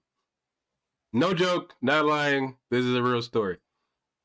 So I started researching. Like, I wanted to know this so bad. By the way, I would have talked to the devil just to know that God was real. And so I forgot the demon that it said because I looked up. This is funny that it's on Google, by the way. This is so stupid. You can look up, hey, what's the easiest demon to summon? Like, legit, real shit. And it's like, it came up with this demon, and then it gives you these incantations or whatever the word is to summon the demon. And I tried it, and then I had a dream, and it's supposed to be this demon that's on this horse, and then I heard horse hooves. That's the closest thing that I ever got to of finding anything supernatural, by the way. I just want to I'm be honest with you guys about everything. Like, I had a dream, and I was dreaming, by the way. 100% I was dreaming. I know that because I woke up, and I used to lucid dream a lot, and like, you can actually train yourself to lucid dream. So I did my little wake up thing. You wake up, and then you go back to sleep, and then you have lucid dreams. And then that's when I heard the horse hooves in my room, by the way. That's my story. And like I said, I don't believe it proves anything. But all right, hold on. Let's see if this person is working. Hello? Hello? Oh, Can I you hear hear you. me? Oh, I hear you good now. Now we can go. Okay. So I have experienced demons, and it was more than that. You said lucid dreamers, you could train yourself to lucid dream. I never wanted these dreams because I was getting, and it wasn't even a dream. It was in physical, real visions that I saw demons actually raping me. So there's no way I would ever want to experience that. I feel like we skipped a bit. Can you tell me, like, the setup? Oh, the setup? Yeah. What was going on? Was it nighttime, daytime, all that kind of good stuff? Oh, I've had it during nighttime and daytime. And I even called out to Jesus, and I saw Jesus come, and he waved his arm, and then I saw the demon actually tremble, and he fled. What did And Jesus I look like? What? What did Jesus look like? I only saw his hands. Well, yeah, sure. What does the hand look like? Like a hand? Yeah, color, shape, not shape. Oh. Sorry, color. A lot of veins. Like what? What did the hand look like? Oh, it was just black, like more of a shadow. Oh, okay. So you saw a shadow. Okay. Were you also, like, paralyzed? No. Okay, so you can move around. You saw a shadow. You are in bed, standing up. In bed. Okay, so you're in bed. What time is And it? I've also had visions. Yeah. Well, I just want to go one visions. one at a time. Like, were you was it like 3 a.m., 2 a.m., 10 p.m.? I couldn't tell you. I couldn't tell you the time. Yeah, but okay, Not good time. was it bedtime or no? Like, you get what I'm saying, right? Like I said, different. It takes. I had. It was over. It's been over 6 years. It was over like 6 years. So it's hard to remember. No, it was like every night over 6 years. Okay, so cool. Every night, can you tell me your routine before you went to bed? those nights or no? I took a shower and went to bed. Cool. No, I'm just asking. Like, I'm making sure. Like, you're trying to go to bed. You're going to sleep. All right. Cool. Mhm. So, but you're saying the dreams, they weren't dreams, right? No, because I also Oh. had experienced water in my face, and it felt like they were trying to waterboard me. Yeah, I don't know if you ever. Well, I guess you would never experience waterboarding, but I could feel the water. They were taking the water and they were actually making it so I couldn't breathe. And it was water in my face. And you woke up. Was there water? No, I wasn't. I wasn't asleep. Okay. Well, I'm sorry. Whenever you stopped seeing what you were seeing, was there water on your face? No. Okay. Do you get the reason my question?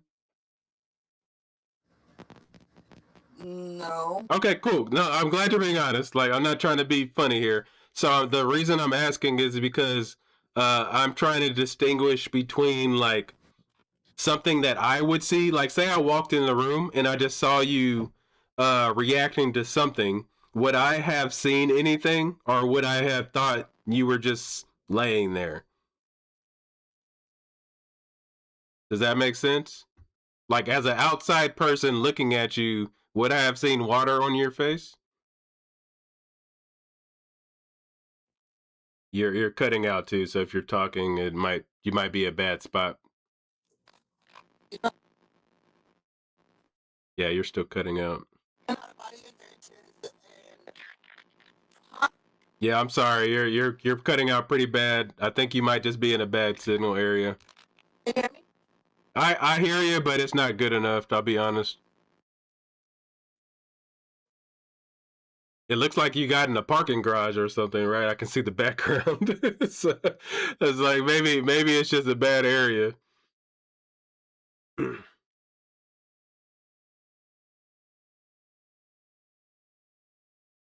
Yeah, I can't hear you. All I can say is call me back, okay? I don't want to waste your time either. But you're welcome to call me back, but I can't hear you at all, like zero. So you can hang up and try to call again. We'll give it one more try. But like I said, I don't want to waste your time. So go ahead and hang up and try to call again if you want.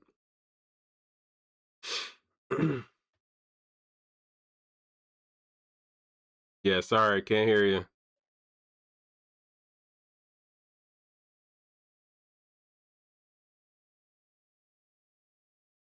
Let me reconnect your mic. I don't know. Nope, can't hear you. I'm gonna mute you so you know. Some reason I can't hang you up, but all right. That kind of stinks.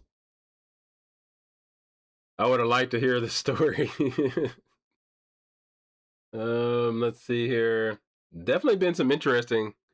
Hopefully you hear me because I'm sorry I can't hear you at all. So if you want to hang up and try again, we'll give you one more try. Because it sounds like you're still talking, but I can't hear you at all. Or it looks like, I should say. All right. Anybody else want to come chat? Pyro got no challengers. Nobody wanted to come speak to Pyro. I'm still wondering why. Like, somebody was in chat talking up a storm. That's the only reason I said this, by the way. Is because you and Pyro, whoever you were like talking like crazy, and then now when you get the opportunity to share your stuff. I'm here. I'm waiting for any challengers. Like, man, I ain't gonna lie, guys. If I was y'all, I would have called in.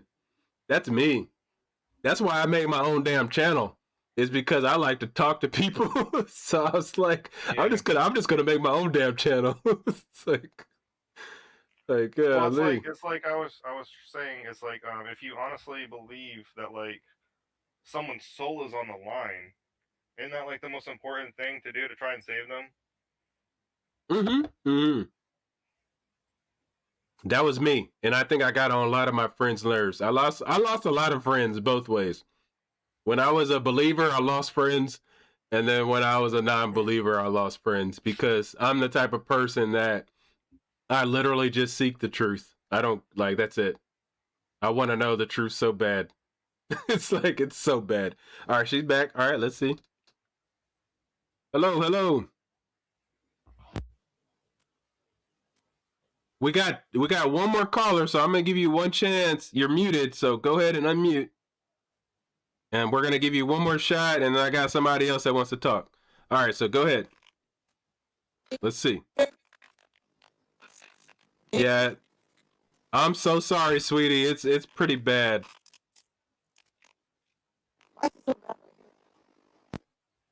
You might need to if you go back to my channel, and I'm gonna post a Discord link. So try Discord, and I'm gonna let this other person hop in, okay? I'm so sorry, but it's just not working. Hello, sir, in the blue shirt. Can you hear me?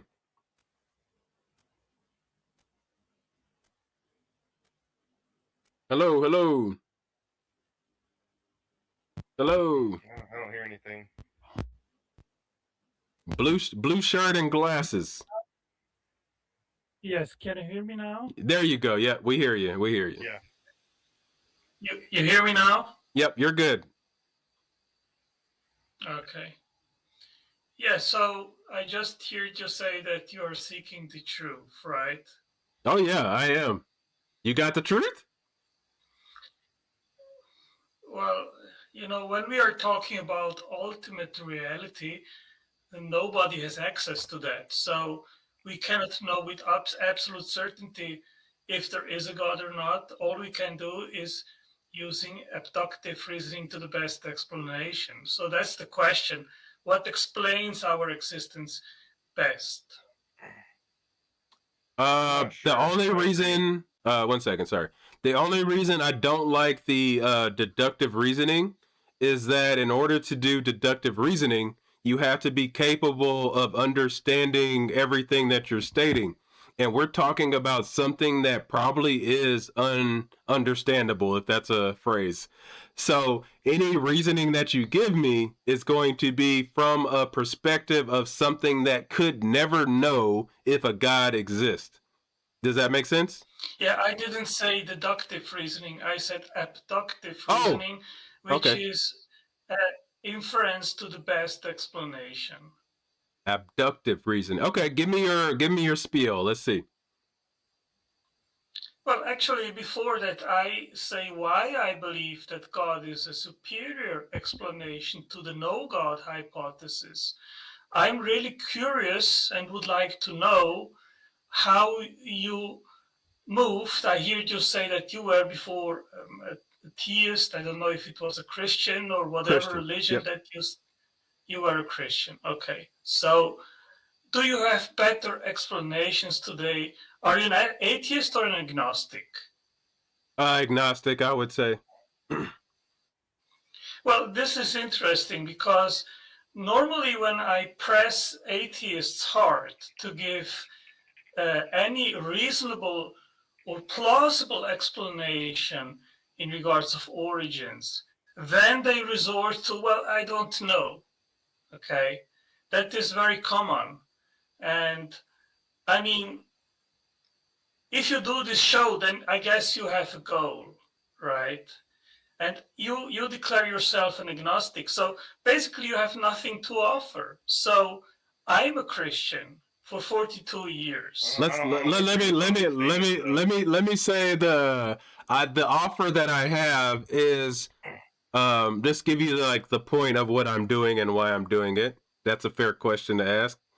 I just want everyone to admit that we have no clue if there is a God or not. Can I get you to admit that?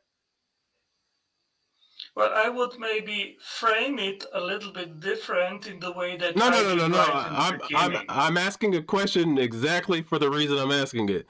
Could you admit that you really have no clue if there's a God or not?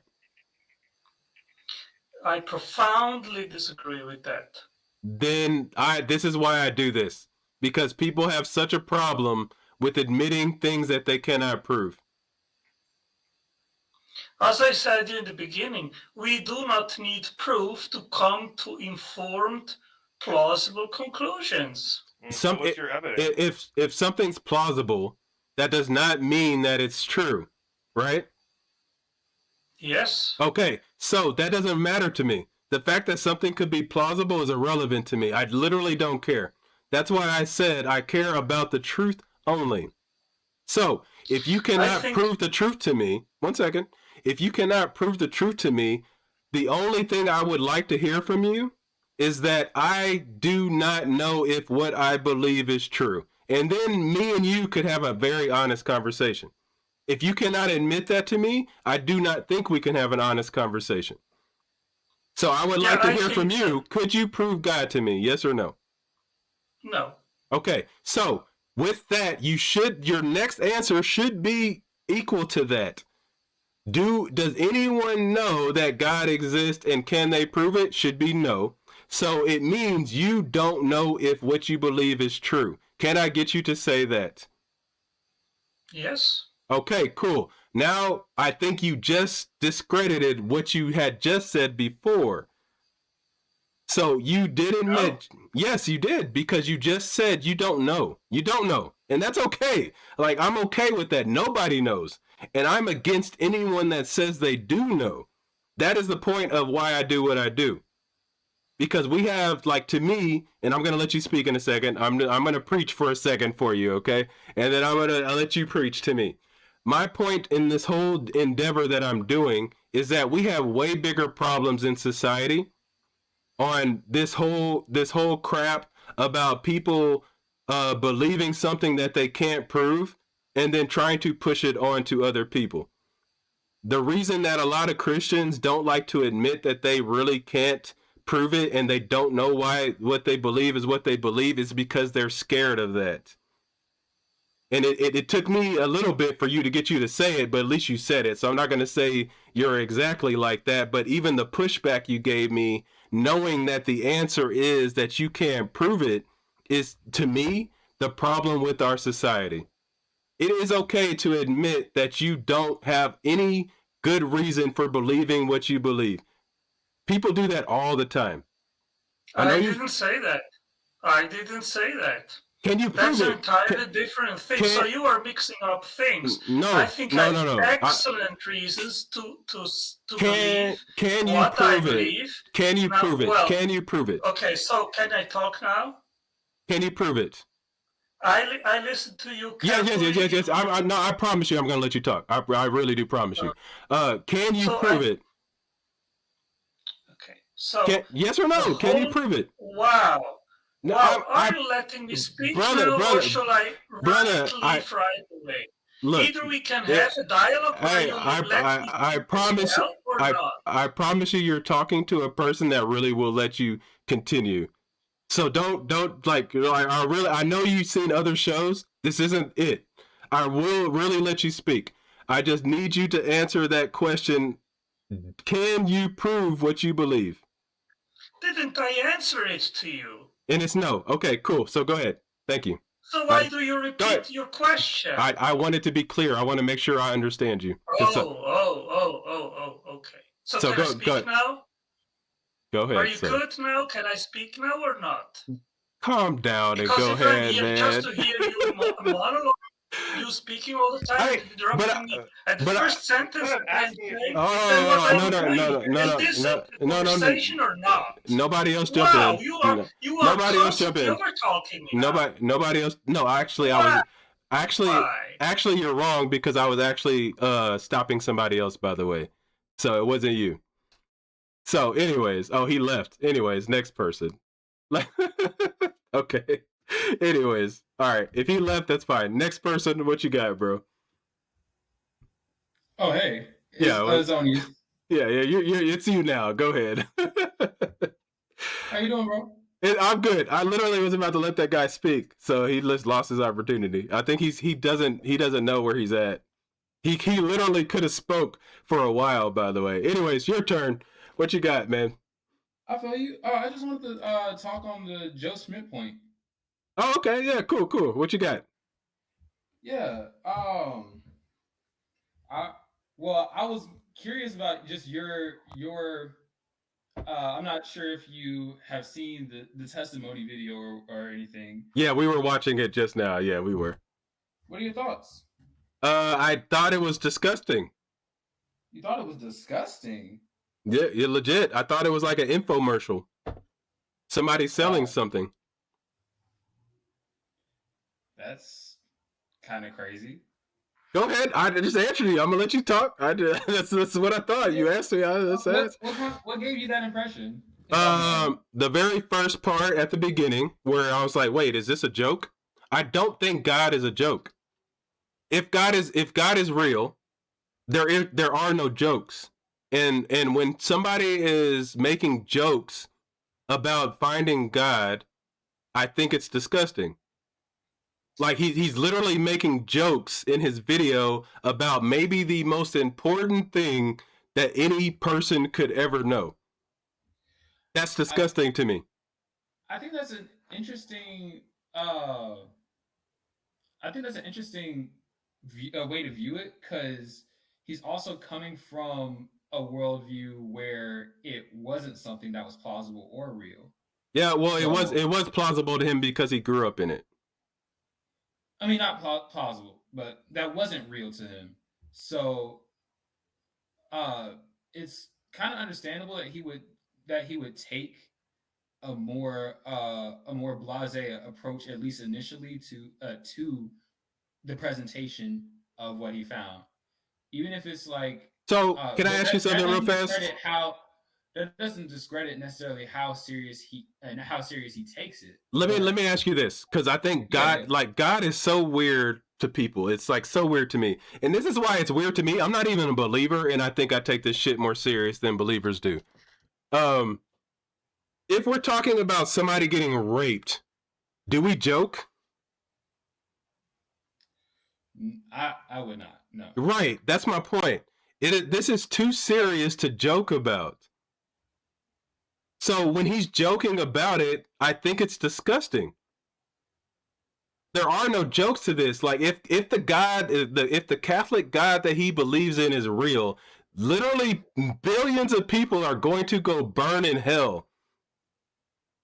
And we joke about that? Screw that guy. I'm not even a believer, and I'm saying screw that guy.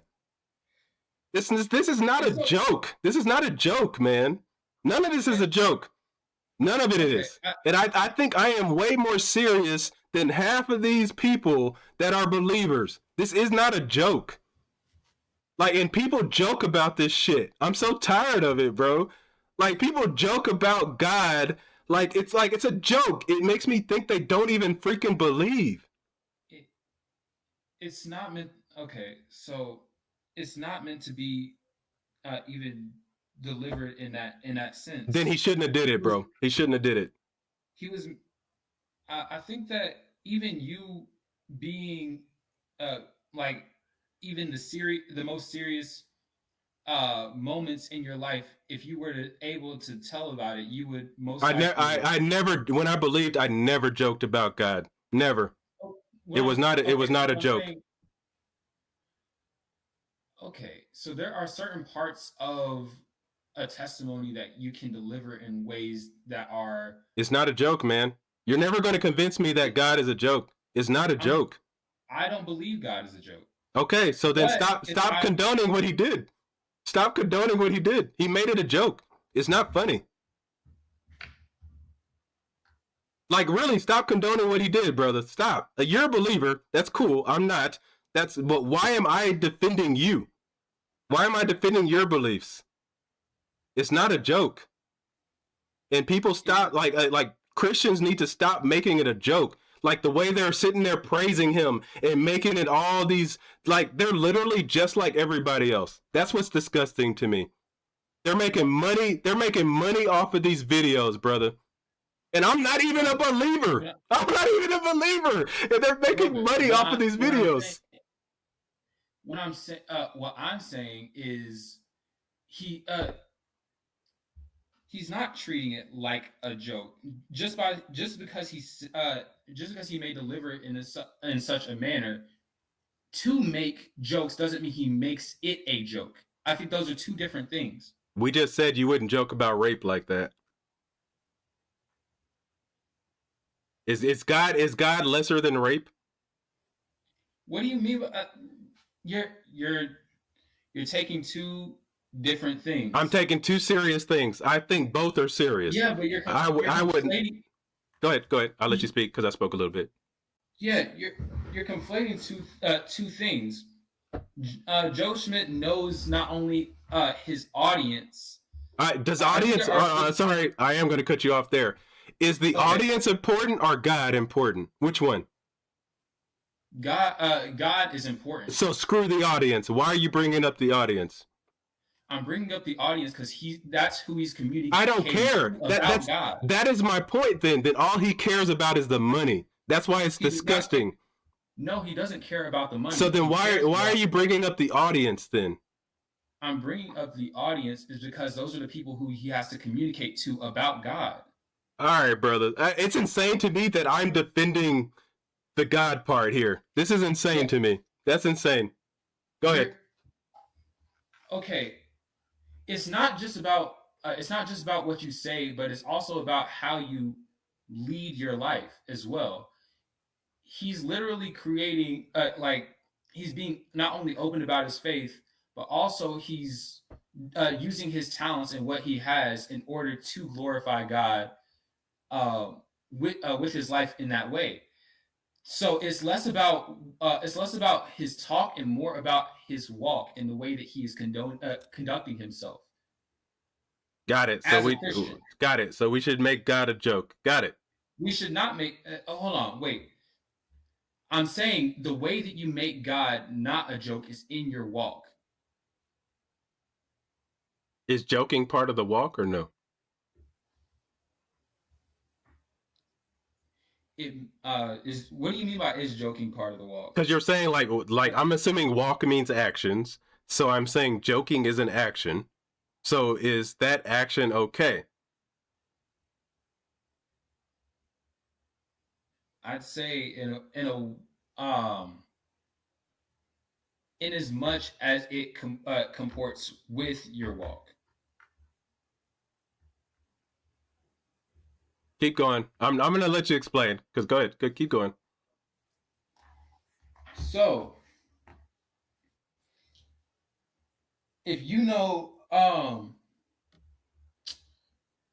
let's say you genuinely do care about your friend, and you know you love your friend, and your friend loves you, right? Mm-hmm. But y'all can literally joke around and say like "F you" to one another. That is a joke, but y'all don't literally take each other as spite. All right, so have spite or hate towards one another. That's a good example. Now I'm going to let you do it. I'm not going to do it. Make a scenario. Yeah. Make a scenario to where if I joked with my friend, I would be an asshole, and then you'll get what I'm saying. So go ahead. You do it. By the way, make a scenario where if I joked with my friend, I would be an asshole. Maybe if you took something that was personal. There you go. You only have to finish. Thank you. You literally said the word. It's personal. So making a joke about something personal, you're an asshole. This guy's an asshole. This guy's an asshole. You just said it. You just said it for me. Because he's making a joke about something that is personal to people. Even to me. I don't believe it, but it's personal to me. I want to know if there's a God. I so want to know. I literally willing to sell my soul to the devil to find out there's a God. Whoa. You say whoa, but no, but you see my point though? I'm serious. This fucker isn't. And I'm going to curse real fast. I'm serious. He's not. He's making a joke. I would literally give up my life so I could come back and tell all of my family that God is real. That's how serious I am. And then this dude is making shitty ass videos, not giving any evidence. Why am I defending God, bro? Like, why am I defending God? Like, why? Like, why? First and foremost, his video on his testimony isn't to provide evidence. He said he's going to create like a whole 25-hour and guess series. what that means, bro? If I found out there's God tomorrow, do you think I'm going to make a damn series? Like, listen to what you're saying, man, and I'm sorry I'm getting aggressive, but listen to what you're saying. You are saying that this dude is okay. He literally found God. This dude literally found God, and you're saying it's okay for him to sit there and make a series? That's a joke, brother. That is a joke. Okay. And no. I'm done with that. You need to really think about that. Somebody found out the cure to cancer. Let's just say it that way. Somebody found out the cure to cancer, and you think it's okay for them to keep it a secret? They're not. Are you serious? Like, no. Are you serious, brother? Like, you're saying it's okay for him to keep cancer cure a secret so he can go publish something later. We need lives saved right now. So, like, I don't know why I'm sitting here defending God when I don't even believe this shit, but you are sitting here, like, defending somebody that says they have the cure to everything in the world and saying, hey, wait till next week? What if I die tomorrow? Like, real talk, what if I die tomorrow and this fool said he's gonna wait till next week to show me God? Screw him, bro. I really wish I could talk to him. I would tell that to his face. Screw you. You're going to tell me you're going to make a series later? You got to be kidding me, bro. That's like a joke, man. That's a joke. That's a joke. What do you think? Okay, so... That's a joke, bro. So one of the things that I would say is if you figured out that you had a cure to cancer, right? I would give it away. There's no. You don't even have to ask me anything else. No. There's nothing. No. I'm sorry. No, I'm not. There's literally zero. All right, go ahead. Go ahead, bro. Go ahead. So you figure out that you have a cure to cancer. Yep. All right. There are a whole lot of whatchamacallit. You know, there are a lot of people that would be able to benefit from it, but you also know that it has to be A, reproduced, B, it has to be also tested in multiple variables, C, there's all sorts of there are all sorts of different processes that are necessary in order for you to release those things. So somebody would be absolutely selfish and unwise if they said, "Oh, you figured out this works. Go ahead and release it to the small amount of people that you can." No, that's you got the bad analogy there, because in this analogy, I'm going to explain why. Like, and you can disagree with me, of course, but in this analogy, I would say that I really think that I have the solution. And I need to make sure all scientists have this solution in their hands so they can go test it. That is what I'm saying this scenario is. We have somebody that is saying they found God in modern times, by the way. Like, this dude just said he said he converted from being an atheist, which means he has to have proof, which means I'm going to wait a week to make a video. And then how many people die every day? Do you know? Quite a bit, right? We don't have to know the exact number, right? So, yes. Do you think that it's okay for this person that could save all of those people for eternity to not share that information because they can't share it correctly? Or should they share the information that they have, which he did not? I watched the video. He did not share the information. He didn't give any evidence. He just made claims. He did not Yes, give evidence, exactly. brother. No, and I know he didn't give evidence. Though that was not the point of the video. The Then point he's of the video selfish. Then was, he's selfish, and he only wants to make money. And I would love to talk to him. Like, or it's just to announce what brother, happened. but brother, people are dying today.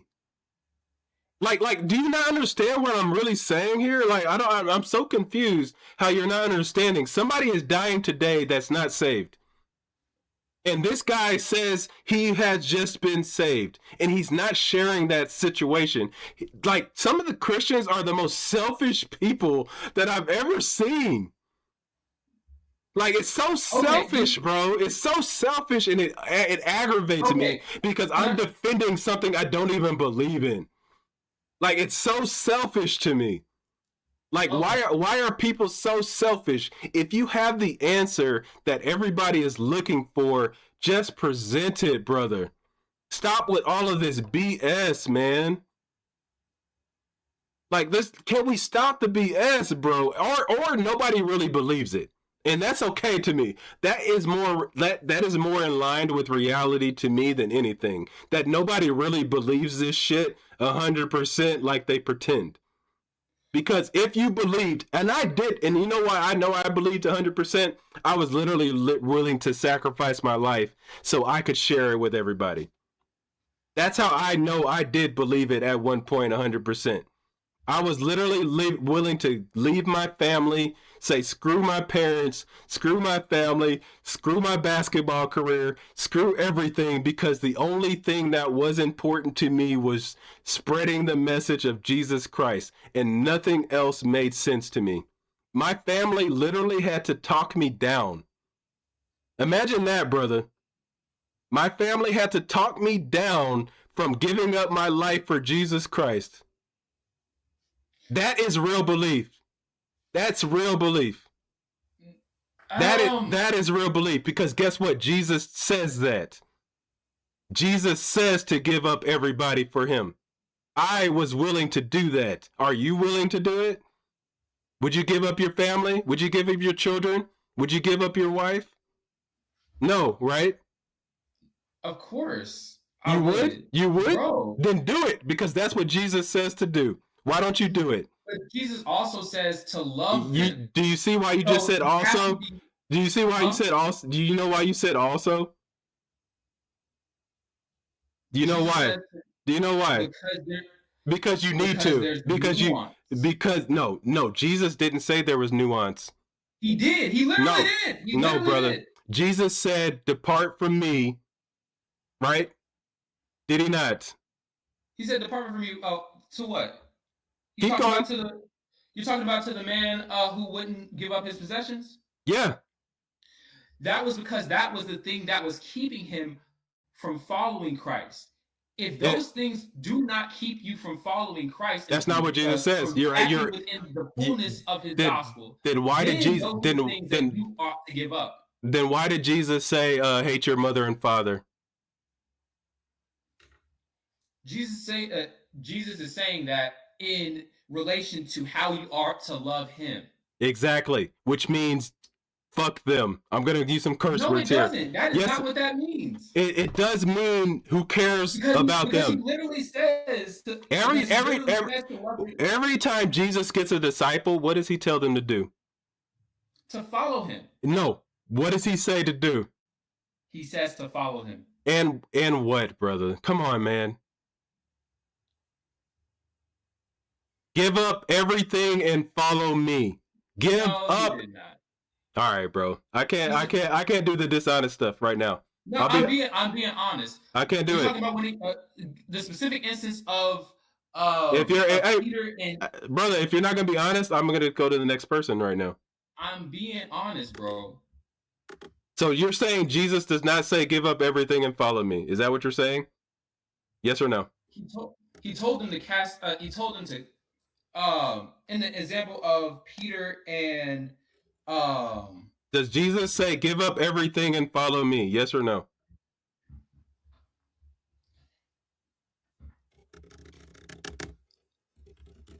And I'll give you time. That's fine. If you're looking, that's fine. I'm looking. Yeah, no, I'll be fair to you. You know I'm gonna be fair, but I'm not gonna do this. Like, especially after watching that video, it made me so sick. I'm not doing that. And all the Christians I see praising this guy, it literally, I'm the believer. That's what's hilarious. It's like I'm the believer, and I'm sitting here saying this guy's bullshit. I'm not even the believer. That's what's crazy. Why am I defending this? You guys are making me feel crazy. I think this shit's all bullshit. But I know what it means to be a real believer. I was. This guy's not. I will say that. And I would talk to him. I hope somehow I get big enough to talk to this guy, because nope, that's not a real believer.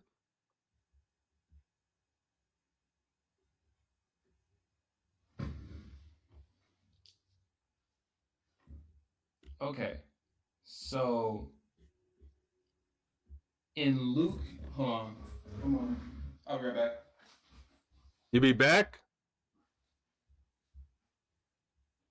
All right, I'm gonna give you a little bit, and I'm gonna jump to the next person, bro, because I'm running out of time. In Luke, all right. So in Luke, I'm here. All right, cool. Go ahead. 14:33, he says, oh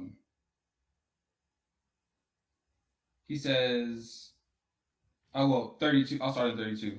He says, or else while the other is yet a great way off, he sendeth an ambassage and desires conditions of peace. So likewise, whosoever he be of you that forsaketh not all that he hath, he cannot be my disciple. Sure, but I don't feel like that has anything to do with what I stated. Yeah, you said that Jesus says to forsake everything and follow him, and that's the verse that he says that he says that. Okay, so what's your explanation? So my explanation to that is that in the passage we see that it's pointing to the dependence that we are to have on Christ rather than the things of this world.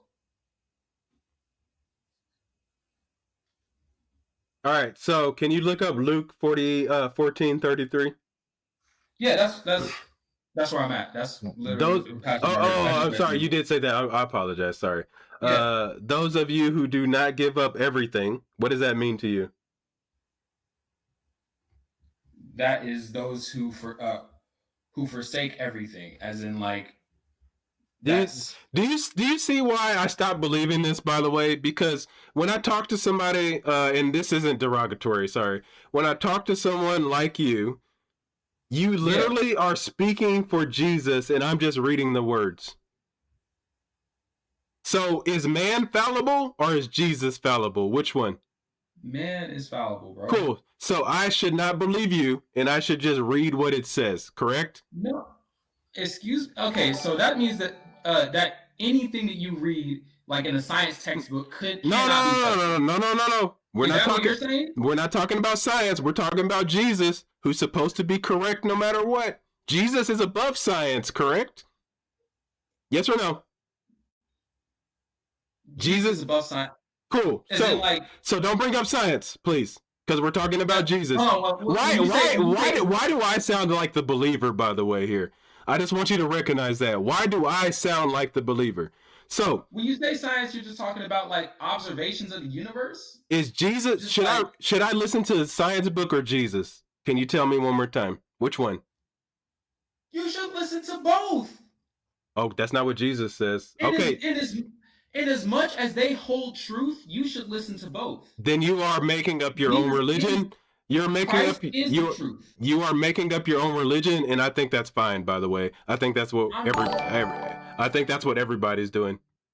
Like I think you are making up your religion, because I am reading what it says. You are changing what it says to fit what you want, and I am just saying what it says. When I believed, by the way, I don't believe, guys, so don't get confused. When I believed and I read Jesus said, give up everything, I said to my father, fuck you.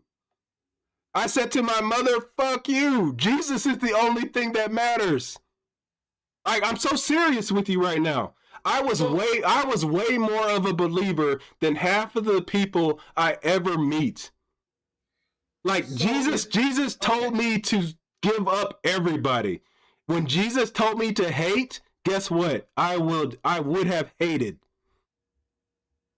Jesus says to hate, like you don't listen to Jesus like I listen to Jesus. You make up your own religion. And as soon as you admit that, you'll understand what I'm saying. You don't listen to Jesus, brother. And that's okay because it's fake. And it literally is okay. It is fake. It is made up.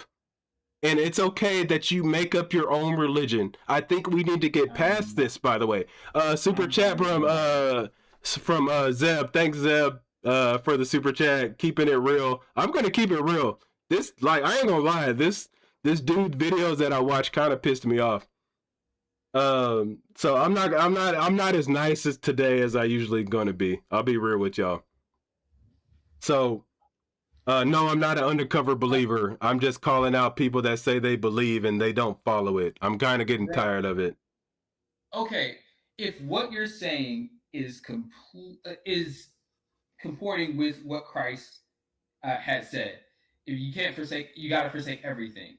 You know, the disciples still had possessions at the end of the day. Whenever and guess what? Jesus probably said, and I'm sure we'll find it, that they also weren't listening to him. There's plenty of verses where Jesus is telling them that they still don't believe like he wants them to. But he still calls them disciples. Yeah, because literally he does. Does he not? Okay, does he not? Cool. I agree with you. But here's the reason why I'm pointing this out. It shows that this shit ain't from God, brother. Oh my goodness. This is from human beings. Because if it was from God, why is God allowing them to do that shit? Why is God allowing them to not be what God wants? If that's the case, why is anybody going to hell, bro?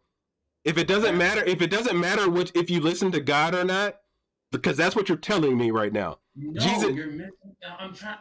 Maybe hold on. All right, maybe hold on. I got to talk to you at a time where emotions are a little less like heightened, because even I'm starting to get hyped up myself a little bit. Get hype, man, because I want to know the truth. Get hype. I want you to get hype. It might be just firing off the hip rather than actually like thinking through what I'm trying to say, and vice versa. All right, cool. Yeah, I'll to be fair to you, you've never heard me speak this hyped, and I'm probably not as mad as I'm making it sound, but I'm trying to make a point here, okay? And the point is, either this book is telling the truth or it's not. And if I have to listen to human interpretation, I think it's already proving my point. If what you're go ahead. But that's also that's not a whatchamacallit. That's a bit of a double standard for what we know from just human writings in general. Yeah, but when I say human writings, this is okay. Can I ask you this? All right. Is the Bible from God or no?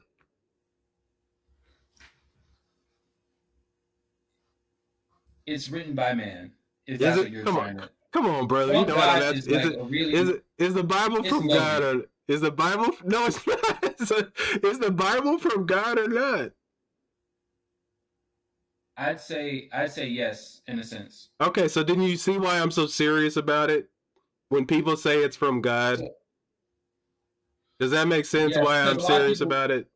Because a lot of people, when they say it's from God, they literally think that the Holy Spirit like took control of the people and wrote down the words, when that is not the case at all. That's never been the case for anything this morning. Okay, so can the Bible, like we're going to go down this path right now, can the Bible be wrong? Of course. It's the writing of a person. It's handwritten things. It's written by the hands of men. All right, cool. You're being honest. We're on the same page here. Cool. So the Bible can be wrong. How do we figure out which part of the Bible is true? You look at the context. You look at the historical. Nope. Can't do that. Can't do that because you can't do that because you told me anybody that wrote it could be wrong. What do you mean? Yeah, they can be wrong. You look at not only the context of what I'm saying is like not only the cultural context but also the historical context. You also look at as much as it comports with like archaeology and other fields of science as well. Cool. So the intent. Hold on, excuse me. Oh yeah. You also look at the genre and the intent of the author as well, in order to see what exactly is true about what they're writing. All right, cool. That like now there's a verse that says that Egypt would be uninhabited for 40 years. That's wrong. And Egypt has never been uninhabited for 40 years. So now the Bible just lied. You say the Bible like it's just like... Okay, sorry. The person that wrote that lied, correct? Okay, so where might that be so I can find it later? Just you're already searching, so just search. Okay. It's prophecy that Egypt will be uninhabited for 40 years. It should come up with your verse.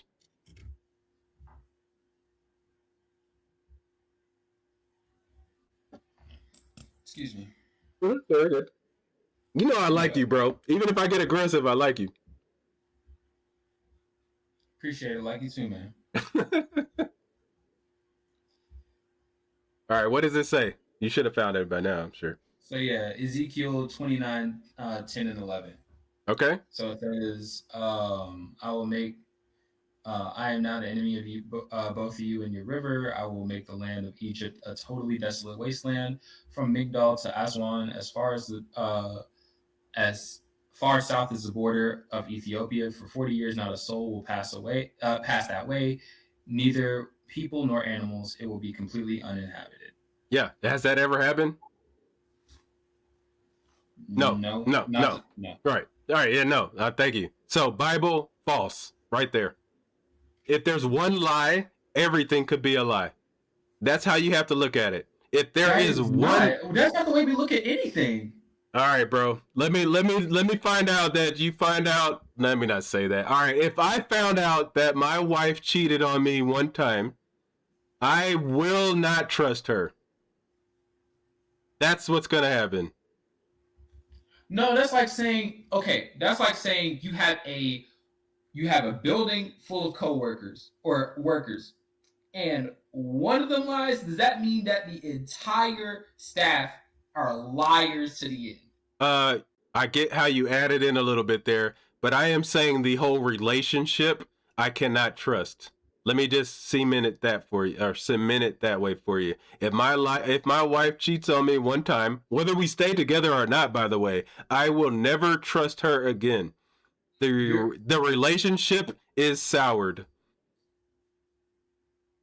Or you could say that person who lied is not having a genuine, you could just say that person is not having a genuine relationship with you, but the other people still need to be investigated in order to say wholesale throw this company away because they are morally bankrupt. Let's keep going with this. That's fine.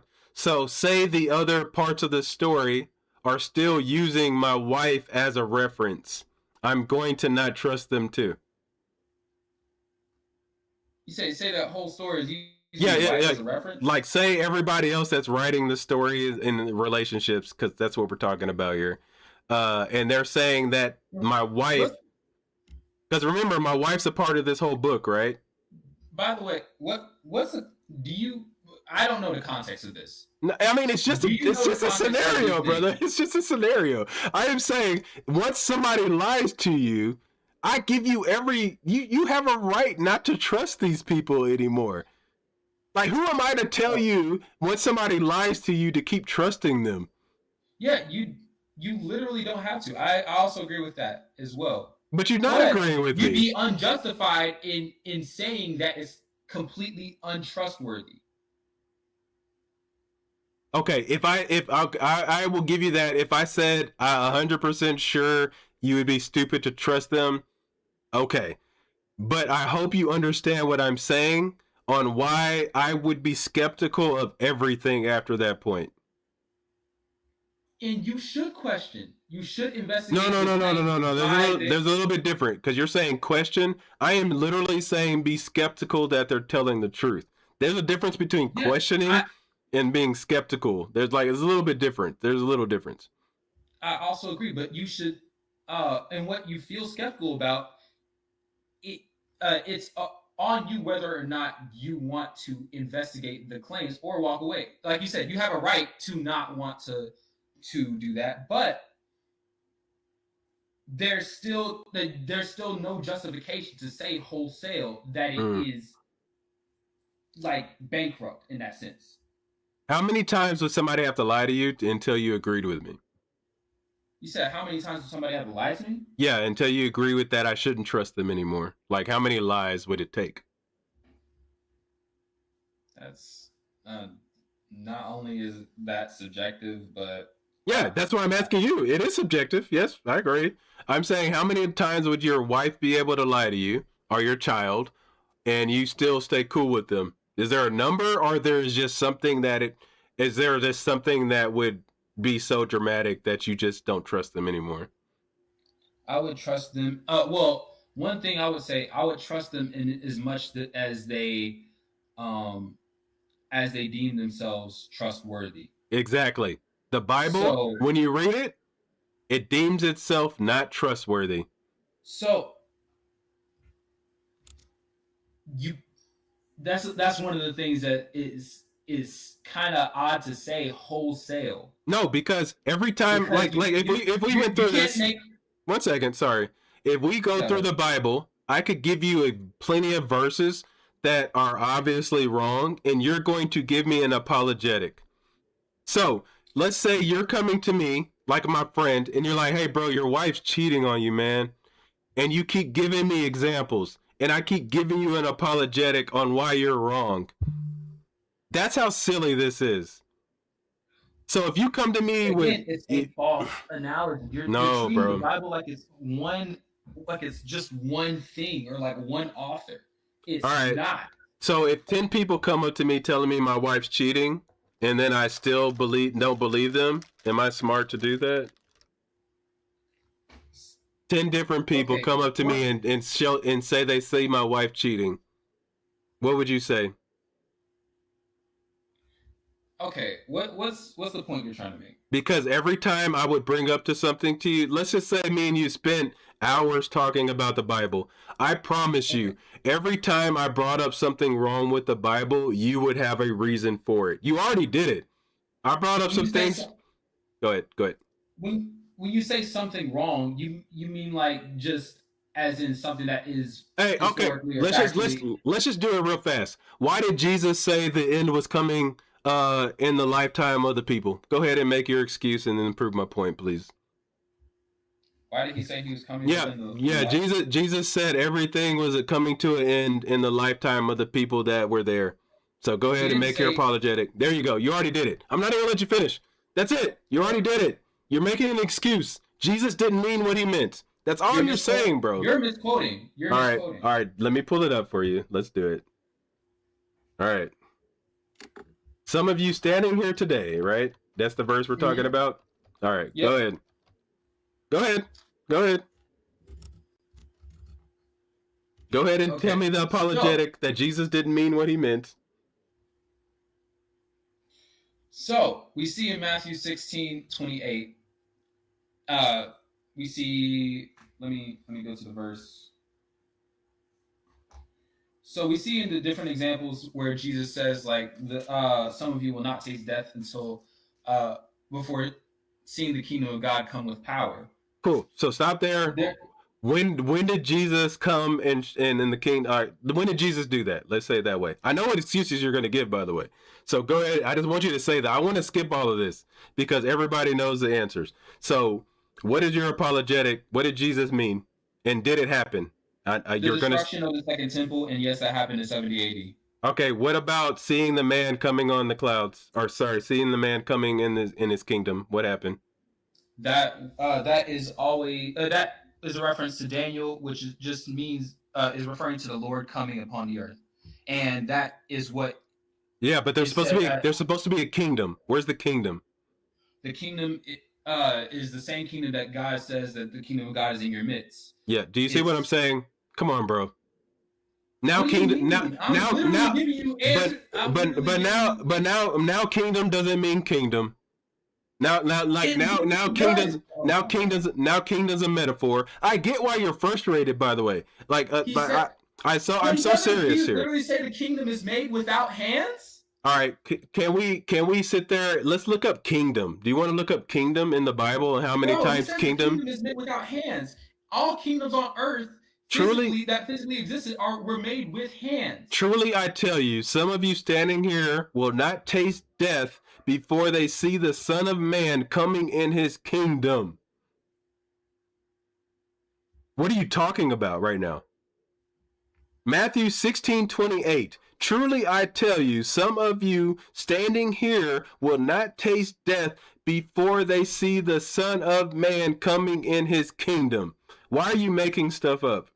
I am not making stuff up. Okay, then tell me how you got whatever you just said out of that verse I just read. Okay. So, the kingdom... No. I am talking about Matthew 16:28. Is that true or not? That is. Don't go pulling up Psalms. Don't go pulling up Ezekiel. No. I'm just gonna reference what Jesus is reported saying. That is it. Matthew 16:28. Go ahead. What does it say? Read just that verse, please. Yeah. So there will be some saying here, which shall not taste death till they see the Son of Man coming in his kingdom. Cool. Who was there that we know of? We see his disciples. Cool. Did the disciples die before the moment that you're saying is what Jesus is talking about? No, they did not. 70 AD. All right, cool. So no, I'm working with you here. Like I said, okay, so no disciples died before the moment you're talking about. Okay, so now what does the Son of Man coming in his kingdom mean to you? The Son of Man coming in his kingdom is referring to Christ having essentially like lordship over Christians. That's not what it says.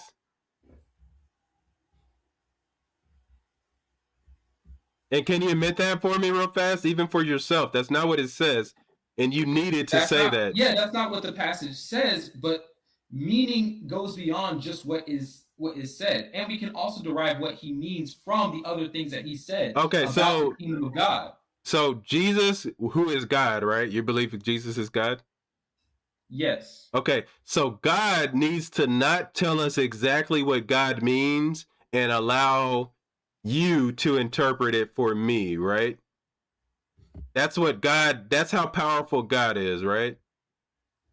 Or God gave us the means of communication so that we can explore what things might mean. Cool. So then why isn't that what I am saying true then?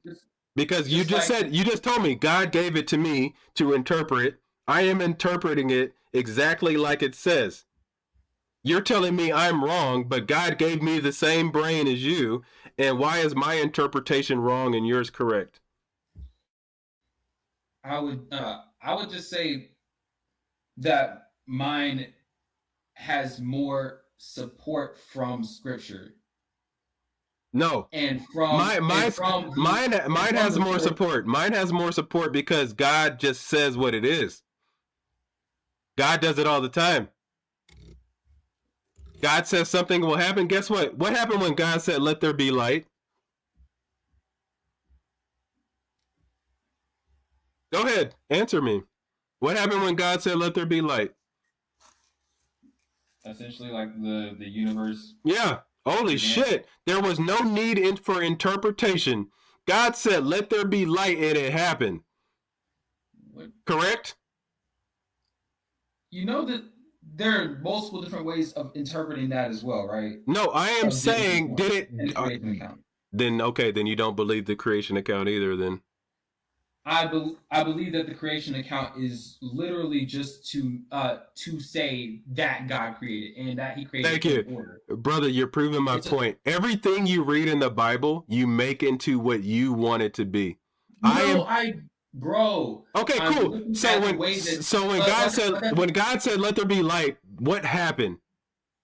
Like, don't do this with me. Like, I'm so serious right now. Be straightforward with me. When God said, "Let there be light," what happened? He created the universe, or he at least started the universe into motion for it to be ordered in the way that it is. All right. What's the next thing God said? Do we need to look it up? Do we want to go through the creation? At what point are you going to make something up? That's what I'm asking. Did God really make Adam and Eve, Adam out of the dirt? Okay. Yes or no? Yes or no? I'm like, we're not playing this game. It's going to be serious. I'm not playing okay, cool. So if the Bible, hold on, brother. The Bible is either literal or it isn't. I'm so tired of these games. What do you mean? All right. No, it's not. The book of Psalms is literally a book of songs. Yeah, but who? Yeah. Okay, but hold on. The Psalms, I'll give you the Psalms because who wrote the Psalms? David. Right. It doesn't say but it doesn't say it's from God, brother. It doesn't say it's from God. I'm only talking about the verses that are supposedly spoken from God. That's it. You also have to understand the context and the polemic in which Genesis was written too. All right, so you're literally just saying, yeah, all right, bro. I hope you understand what I'm saying. Maybe not. You have to.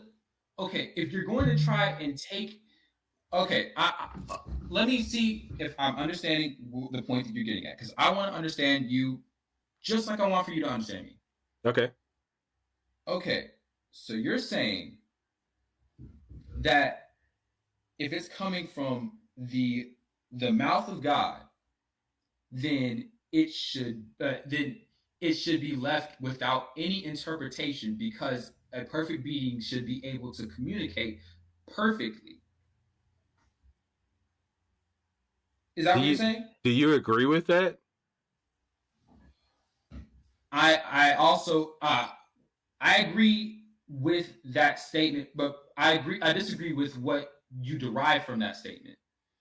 I believe in what is called doxastic permissivism. So essentially, in English, that just means you can look at the same, humans can look at the same piece of information and it derive two different conclusions with it, and also have different behaviors as a result. Why are we bringing up humans again? I don't care about humans, bro. I really don't. Like, I don't trust humans. Are you not getting what I'm saying? So like, no, I don't. No.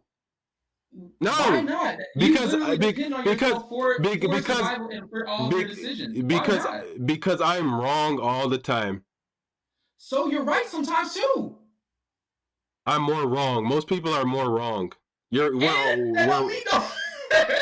Some people are trustworthy, bro. No. There's a difference between, like, we have a gradient for trustworthy. The reason I think you might be, even you right now, right? Like, we can argue. I still think I as much as I know about you, I would probably still trust you in a way. Like, right? I was like we just talked a little bit. I probably still trust you, but that's because my standard for me and you is way lower than my standard would be for a God. Like, I expect you to mess up. So I trust you in a way that if a God came along, hell no, if a God acted like you, I'm not trusting that God. It's supposed to be God.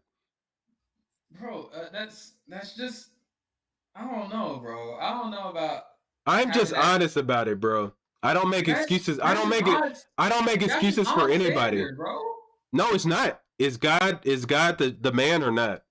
I'm gonna jokingly say that. Is God the man or not? As in the man, is like he's the guy. Like God's the shit. Is God the shit or not? He is a perfect father. Yes. Cool. So I wouldn't say that because that's blasphemy on my part. Hey, but I get what you're saying, and I agree. If God is the shit, then there is no excuse for the shit. You're the shit because you're the shit. And you are giving excuses for something that you're saying is the shit. And that's where I have a problem.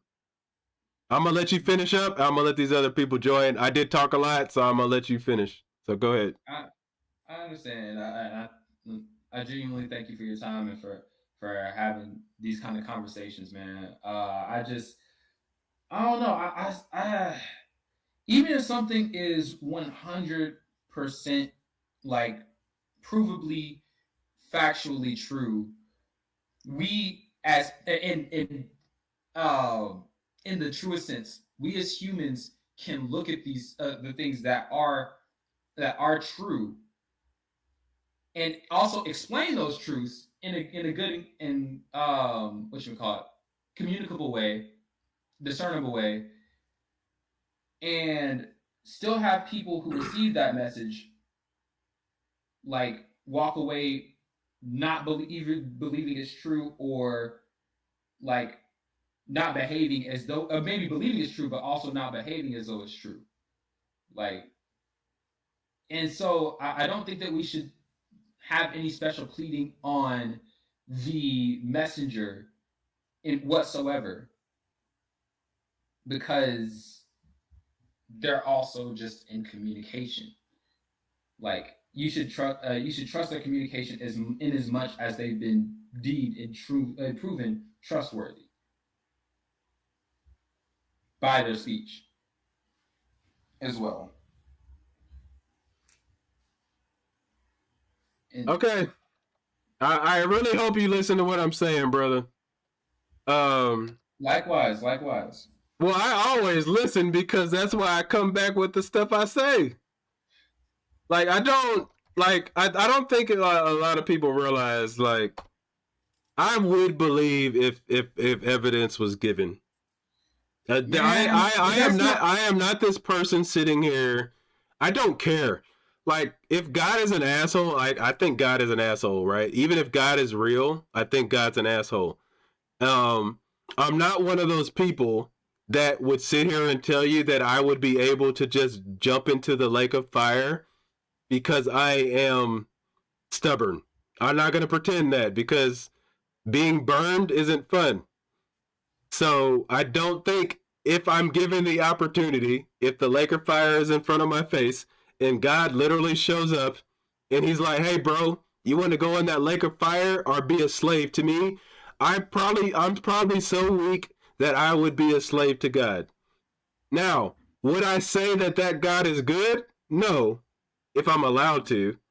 Like, I probably would still say this God is bad, but I'm going to be a slave. That's how honest I am about this shit. Like, I don't play these games, bro. Like, this shit's is game. Like, people play like this shit's games. And it's like, it's not a game. If this shit's real, it's real. And if it's not, it's not. And if you've never had a horrible life, you don't understand what I'm saying. Like, when shit's real, it's just real and you have to deal with it. I think only privileged people say that they would do certain things in horrible situations. So I'm not even going to pretend to do that. If a situation is horrible, guess what? You're probably going to conform. And that's what sucks. So my point to you is, I am being more honest about this than you really think. And there is no proof of this. The only proof of it is people making excuses for it. And I'm sure we'll talk again, brother. I'm going to think about what you're saying. I'm going to let homie talk that's been waiting for a little while. And I appreciate you calling in, dog. Of course. Always. All right, man. Stay blessed. I know you pray. So take care, bro. Take care, bro. I don't take offense to that, by the way. So it's all good. Preach. All right, brother. All right. What's up, brother? You are on the line. You've been waiting, so I'm talking to you in the hat. Sorry, I don't have a name for you. Oh, sorry. Can you hear me? Yeah. What should I call you? You can call me Raptor, man. White Raptor. White Raptor. All right. That's right. Let's go. Excellent, what you got bro. for me? What you got? Okay. Real quick, man, to understand the Bible, you got to understand duality. We have a God on the sixth day of creation that creates a man in his own image. As we say, what people don't understand is the profound depth of what image means in the Bible. It means to shade a phantom. It means to shade a phantom, especially an idol. It's an idol that is creating this God, Elohim. People don't even know what Elohim are. People don't even know what Yahweh is. They don't know who Jesus is, or Iesos, nor Hanseg. They don't know any of the names of God. They don't understand anything that's going on in the Bible of God. So what I say is in Genesis 1:25, it says, God created the beasts of the field, each according to their kind. This is a hidden parable that's saying God created the United Nations, each according to their kind. Now, let me say, in my creation story, the way that I understand creation, God creates the heavens above. He creates spiritual beings, seraphims, angels, demons. He creates both good and evil spirits. And he creates them in the higher mind of the cerebrum, the left and right hemisphere of the brain. This is the cranium. This is the Ark of the Covenant right here. This is your Ark. Okay? The tablets of God are the left and right hemisphere of the brain. This is where our commandments are written, not on a piece of frickin' rock by the magic fingers of God carving to Moses to give to Israel. The contradictions inside of the Bible are many, but they're there for a reason. They're there because we must use discernment to find out what is being said in the scriptures. So that God on the sixth day, Elohim, that creates a man, if you look up the definition of him in the Bible, the definition is properly self. If you look up the definition of self in Webster's dictionary, it will tell you in complete respects to individuality. All right, cool. One second. I just want to make sure, because, like, and I'm not trying to cut you off for any reason more than that I want to be respectful to what you're saying and make sure I can ask questions, okay? Yes, absolutely. Okay, cool. So I got Pyro has a couple questions for you, and I'm gonna be right back. Go ahead, Pyro. Yeah. Do you think God went from not creating the universe to creating the universe, or was he always creating the universe? That's a question for me? Yeah. Okay. God, in a sense, is a spiritual being, and plainly says into the Bible in Numbers 23:19 that he is not a man. So if we look at the universe as you're thinking, as you would see the universe, look at it in reverse. When we look outside our looking glass, because that's what our eyes are, they're looking posts, all right?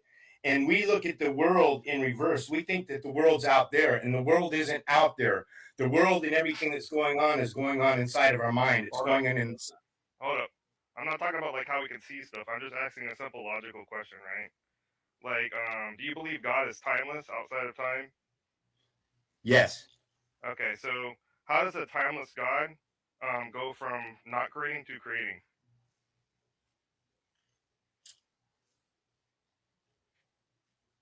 Well, I'm not really sure that I completely understand your question. Well, you can't have to go from one state to another requires time, correct? Right. Yes. Okay. I think I understand what you're saying now. Okay. Is God timeless, you asked? The question to that is the supreme creator of all things a timeless entity? In this particular case, yes, but time does exist. Yeah. But let's look at time for a minute. The very first parable in Genesis 1:25 says, then God created the heaven and earth. Sorry, I don't want to interrupt you too much, but like when you keep referring to the Bible, you kind of already assume that it's true. So we can talk about just the logic without the Bible, correct? No, we can't. No, that's what atheists want to do, and that's what I will not allow an atheist to tell me that I cannot use the Bible or the Scripture. If you want to use the Bible, then we have to be on the same playing field, and you have to prove that what the Bible says is true first. Otherwise, we could just talk about the logic behind how God operates. It's up to you. Well, that is exactly my point. Duality. No, that's not your point. Okay, well then you explain to me what my point is. Well, you didn't really have much of a point. I'm asking a simple logical question. Is God timeless? Yes. If that's the case, how does he go from not creating to creating? That requires time, correct? It requires time through a falling. If you believe in anything, time exists because we are born into a plane. This plane of existence is time. Outside of this plane of existence, I agree time exists, but in order to go from one state to another, you have to be within time. that I would normally agree with, but you, as a supreme creator, that is not the case. You do not. Outside. Wait a minute. Yeah, if you're outside of time, that means you're immutable. You're not changing, correct? Actually, if predestination exists as it says in the Bible, then everything has been predestined. And I don't particularly care for this scripture. And the reason why is because in this predestination, then that means that we're all destined for one place or another, heaven or hell. Well, I don't believe in hell. I'm not talking about predestination. I'm just asking the nature of God. If he's timeless, that means he's immutable. And if he went from a state of not creating to creating, then that is a logical paradox. That means he's still within time. No, it doesn't, because I'm trying to explain. No, it doesn't, because God, Elohim, are gods that are used of a supreme creator. If you read the Bible or the concordance, it's very clear to tell you what. I've read it. Okay, then what is Elohim? That doesn't explain my question. It has nothing to do with my question. My question is a logical one.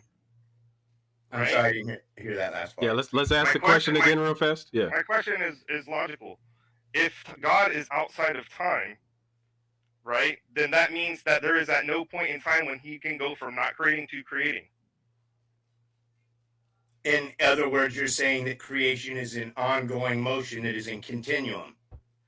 That's the other option, right? Either God, but that means that creation and God are both eternal. Exactly, I agree with that. 100%. But the problem with that is that there's no point that goes against all theology. That there's at no point where God created the universe. The universe is just a separate entity at that point that has always existed. It is. That's exactly what it is. That's what I'm trying to share with people. God isn't the creator. He just lives alongside No, I didn't say that. I said that God, Supreme, uses Elohim. The definition for Elohim is plural of Eloah, gods in the ordinary sense, but specifically used of a supreme creator. Everything that's in the Bible are gods that are being used. Well, that doesn't change the logic. All right, let me ask something real quick. Sorry, guys. So if you had never had the Bible, how would you have described what you're saying? Let's pretend the Bible doesn't exist. Can you give me? That's beautiful. Okay, absolutely. Sure. So then explain to me without Bible words for me so I can understand. All right.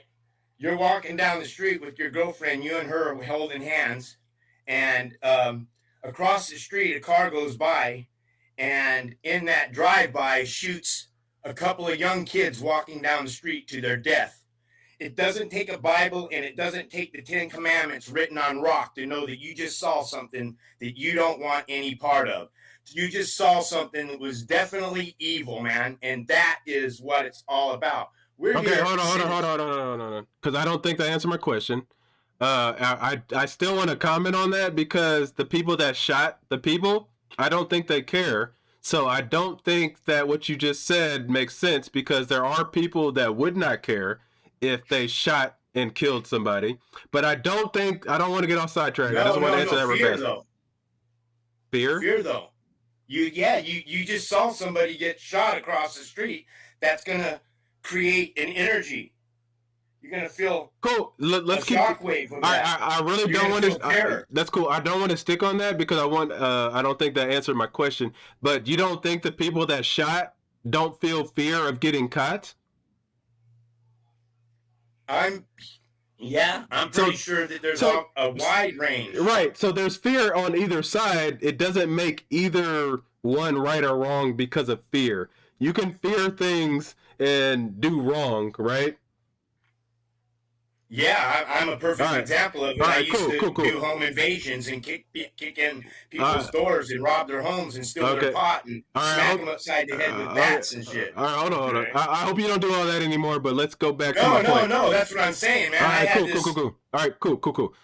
Because the question was, explain to me what you had just said about what God is, and without the Bible. And the reason I'm asking this, and this might help you answer the question, is because when I hear people tell me about what God is, because you're kind of telling me the Bible doesn't have it right. Am I right?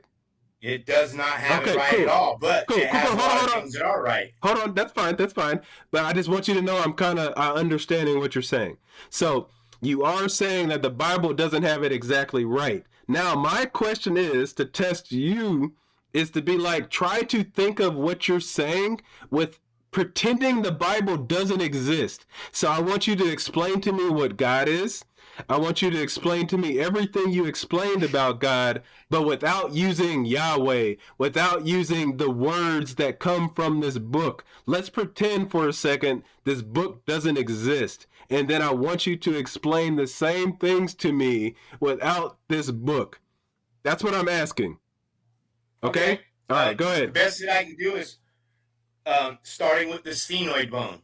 I don't know if you know what the sphenoid bone is, but we're going to talk about ascension, and that is spiritually. You said no scriptures? So when we look at the sphenoid bone, this is what sets on the higher palate of the mind. All the other bones in the brain or the skull connect to the sphenoid bone. Now you have sphenoid. Sphenoid. Sphenoid. SPHENOID. Got it. Sphenoid. I don't mean to interrupt. Can I just ask the relevance? He just asked me to explain what God is without using the scriptures. No, Guys, are you going to let me talk? Are you going to let me share what it is? Hold on. Don't get aggressive. I think that's a legit question, right? Like he's trying to make sure that you're answering the question, right? Am I wrong? Yeah, just asking the relevance. I'm not saying don't stop, tell me. I'm just wondering how this relates to the answer.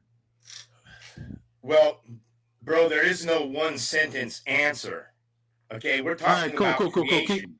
Keep going, and then we'll see at the end. Like I'm going to give you a minute to do that. Okay. Go ahead. Let's just run it. Temples, right. The temples of God, or the temple, the two temples, right here, the temple, the pineal gland. Jacob crosses the river. He calls that river. No Bible. Okay, well, the river then that we're speaking about outside of the Bible is the river that flows between the left and right hemisphere of the brain. No scripture, but when Moses separates the Red Sea, Red Sea is an artery that goes through both the left and right hemisphere of the brain. All right, hold on, brother. No, I can't. I don't understand. Like, hold on. Sorry, I'm gonna let you guys talk. I'm gonna let you guys talk for a second. But my point, and this is not a dig on you, dog. Like, this is literally me proving a point that I wonder what we would be talking about if this book didn't exist. Like, you are literally incapable of explaining what you're saying without what was written by men, no women involved. Men wrote this. That's a lie. You're very wrong. The Bible does have many books written by women. What? Yeah. Okay. The book of Ruth is written by a woman. Written by a woman. Are you sure? The story of Ruth. Sorry, let me correct myself there. When women did administer to women or to the men, they ministered to the men outside. Cool. So I'll let you correct it. Did any woman write anything in the Bible? Not that the Bible shows. Okay, that's fair. So we're only going by what the Bible says. So I'm gonna ask again: did any women, according to what we know, write in the Bible? You kind of It's okay, bro. Just be honest, dog. It's okay. Well, you're asking me a question. You're saying I can't use the Bible, and then you refer No, right no, to the no, Bible. no, Which no, is it? no. Do you want to talk about the The- Bible, or don't the you re- want to talk about the The Bible? reason I brought up the Bible is because you brought up Moses again, right? Well, so then I can't bring up anything to do with any historical figure that's written inside of the Bible. Correct. That was my question because I wanted to show a point that your answers are literally still coming from what you already were taught. I am trying to find something that's beyond that. Yeah. Well, Jesus did say, "Is it not written in your law that I have said ye are gods?" Yeah, you're proving my point, So brother. you chuckle at that. So No, is no, that no, a false no, statement? no. It's because I'm proving you're literally proving my point. We are taught these things. Did you grow up in like a Christian neighborhood and stuff like that? Bro, I've been a Catholic, I've been a Jehovah's Witness, I've been a Christian, I've been Cool. Buddhist, I've done them all. I've read them all. I've been a Mormon. Then I appreciate that. Do you think that if you grew up in like Pakistan, you would have different beliefs? I'm pretty sure that, yeah, if that was the case, but that's why I read so many different Bibles, because the answers are in each of the Bible. These people Cool. took the, So then manuscript. then I wonder why then I wonder why your stories didn't include Muhammad. Well, if I was given any kind of time at all, I could go into Iblis and talk about what he said and what the teachings are of the Quran, where it says that Iblis said that he will destroy mankind by women, power, and money. That's in the Quran. Am I wrong? Hey, I'm glad you. Hey, you answered me. You gave me a Quran thing. That's cool. I'm gonna give you credit, brother. Like, I just want you to know, when you answer a question legit, I'm gonna give you credit. But my point to you is, which you gave me the answer that I wanted. So you are saying these things universally prove your point, right? Whether I'm talking about the Quran, whether I'm talking about the Book of Mormon, whether I'm talking about Buddha, whether I'm talking about Hinduism, you are saying all of these point to something, right? That's what I'm hearing now. They all point to Christ. Why? That's why he left at the age of 12. He disappeared at the age of 12, and he returned at the age of 30. That's 18 years between that time. 18 is a representation of 666. Let me just say real quick. Jesus says that hold on. I have to interject. What? No. Nobody ever lets me talk about 666. Because every time I bring up 666, I get cut off. Why do you suppose that is? I promise you will get to talk about 666. You will get to talk about 666. You got me interested. You got me sitting here. This is over my time I'm usually having. I promise you, you got me interested enough to hear you. So let Pyro ask his question, please. I just don't understand this numerology, this way that you're connecting these dots make no sense. Like temples. Well, you gotta study it. How can you say it makes no sense? Let me speak. Right? You're talking about temples and then you point to your head. You're talking about rivers and then you point to blood. You're talking about 18. I could do the same logical gymnastics and reach no actual conclusion with that sort of logic. It just sounds gullible that's and because you don't know. I could say, listen, I have 5 fingers, and if I go to the 5th page of the Bible, oh, there's a word. And if I look at the 5th word, and then I could draw some conclusion about that, and then I could say, well, the Bible is a code. Well, maybe you should try it, because that's exactly how it's written. It's written in code, bro. All right, time. No, it's not logic. All right, hold on. I'm just muting real quick, and it's not disrespect to anybody. I muted both. All right, so, we're going to do, here's what we're going to do. And we got a short time. I got another person that wants to speak, brother. So, if you can, within, it is 7:14 my time.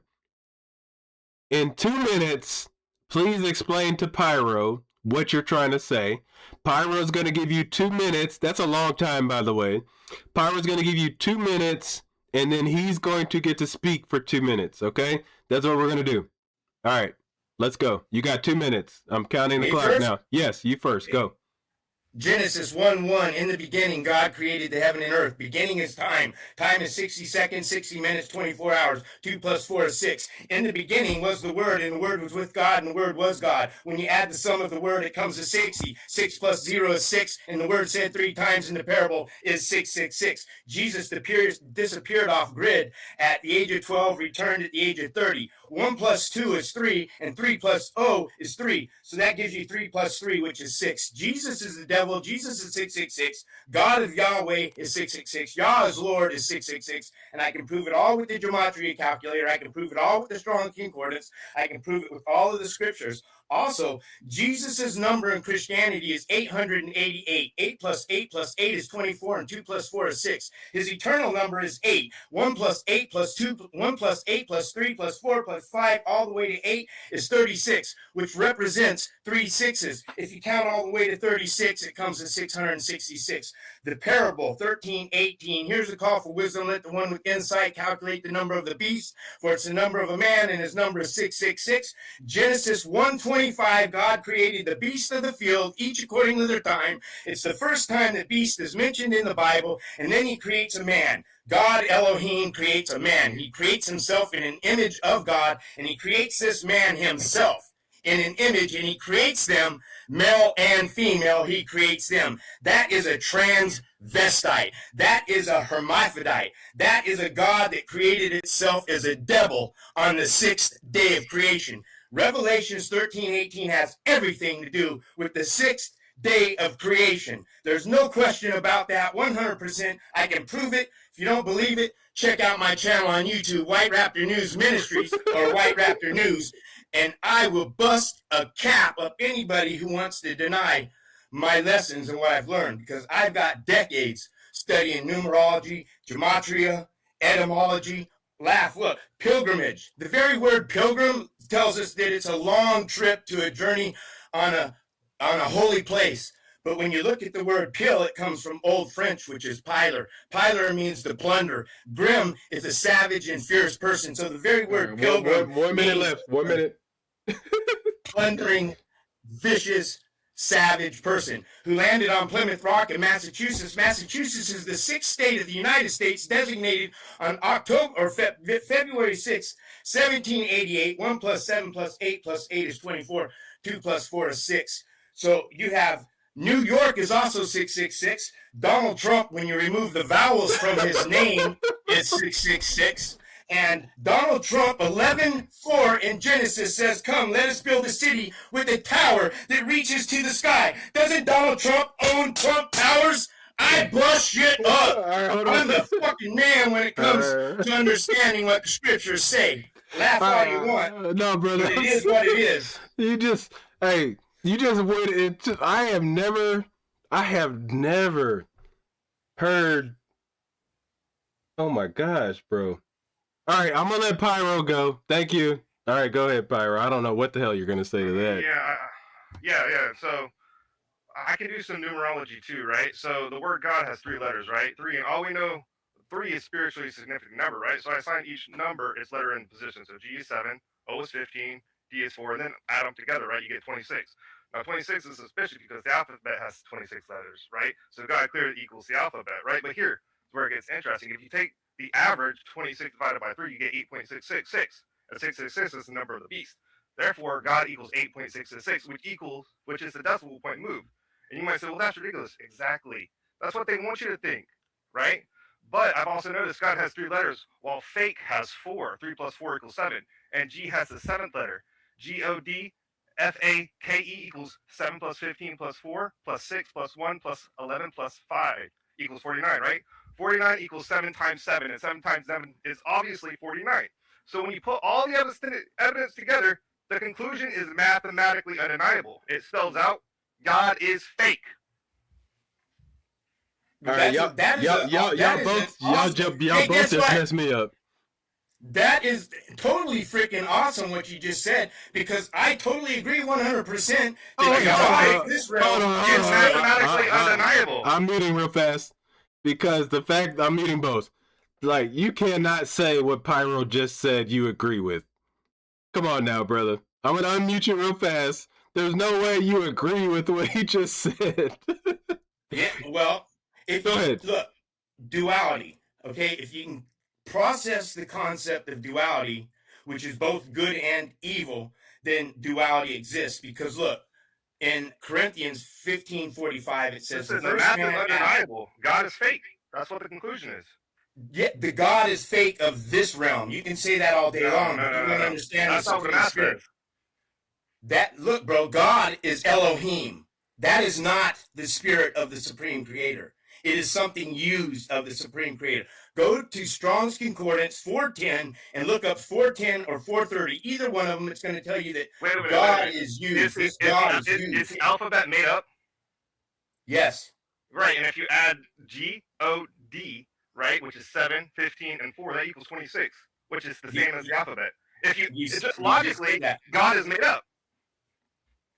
Logically, God in the material world. Using your logic, right? 26, that's the alphabet, right? God, if you add up all the letters, that's 26. Made up. God is made up. Well, of course, because God of Israel is 666. Yeah, so he's not real. The math says God is fake, and logically, God is made up. Pull up image 6754. Hey, I'm just using your logic against you. Okay, well, all right, guys. I'm going to prove you wrong right here, right now. Look up 6754 of the Strong's Concordance. It's going to tell you what the definition of image is. It means to shade a phantom. I think I already made my point. It's an illusion. Time out. It's an illusion. Everybody, time out, guys. Because I'm laughing, but I'm laughing because it's interesting. I want both of you guys to know that. I didn't think Pyro was going to be able to do what you just did, by the way. I'm actually in awe right now that I don't even know what the hell Pyro just said.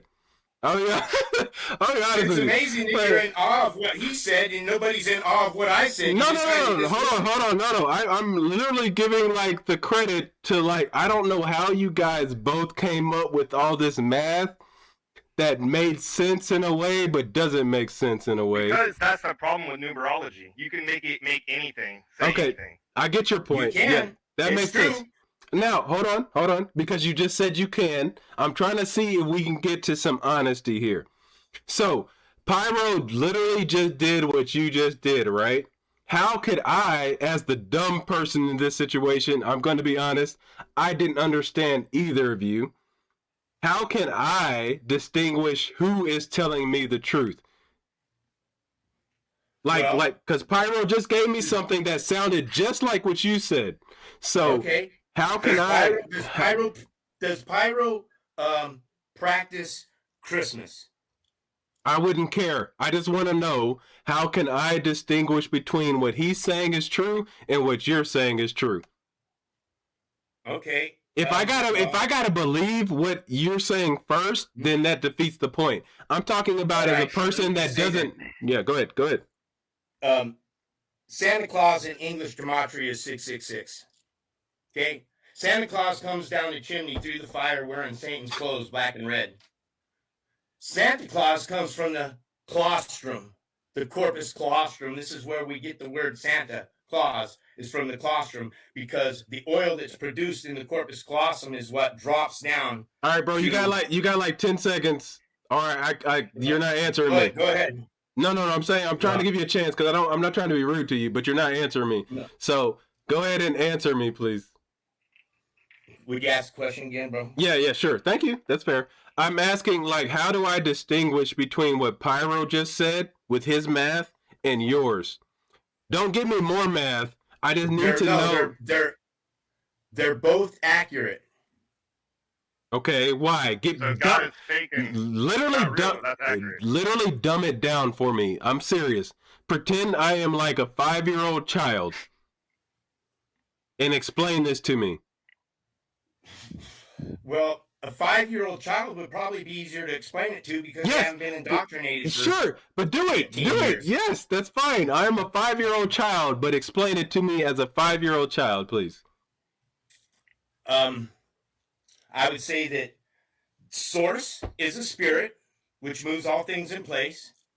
That it has angels that I said earlier, spiritual formed angels in the heavens above. The earth hadn't been created yet. When he creates the heaven and the earth, he creates bodies, billions of bodies like ours, which are our empty brains. Our brains are like computers that haven't been programmed. When we're born into this realm, they're empty. We only know what we're being programmed with. So everything on this plane of existence, We're being programmed with a lie, as 9:24 Job says. The earth has been turned over to the hands of the wicked. Now, I only have one question here. 30 more If seconds. this earth has been turned over to the hands of the wicked, would the wicked be teaching us about the one true God, or trying to worship anything other than the one true God, or get you to believe that God doesn't exist? I would. If I was an evil person, I would give you as much honest information as I could. Like, just real shit.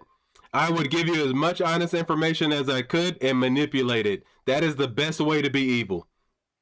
Exactly, and that's what Satan does. He does his manipulations through Hollywood. He does it through the music industry. He does it through politics. He does it through religion. All right. Pyro, go ahead. Your last statement, and then we got another person that wants to talk. Thanks. Yeah, the problem with numerology is you can make it say anything you want to. That's all I have to say. No, that's fair.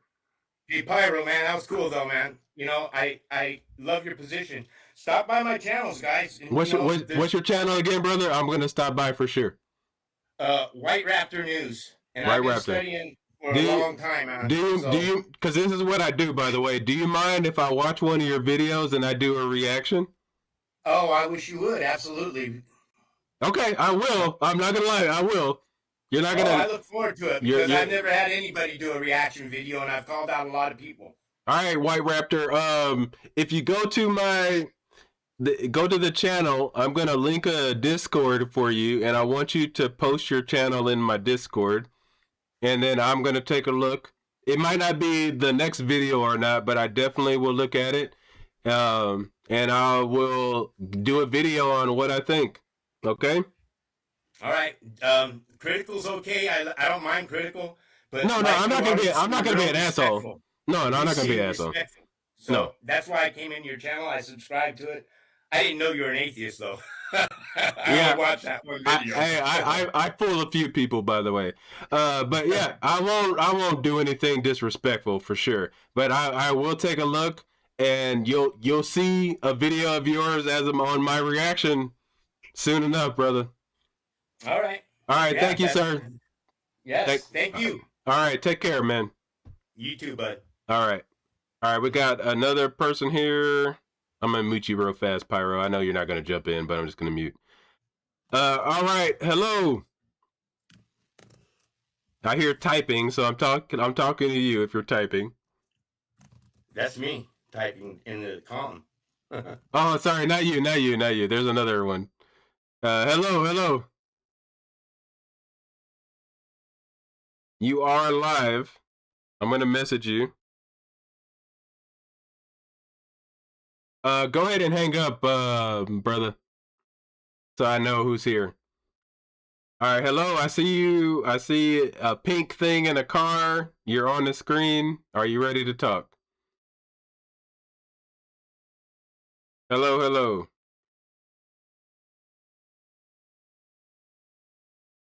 I see you're in a car, whoever this is. You are my last person, and I got to go after this. So, unfortunately, if you don't answer me, we're going to be ending the stream. So, I'll probably have a quick conversation with Pyro, and then that'll be it. Hello. One more time. No, I can't hear you if that's you. No, I can't hear you.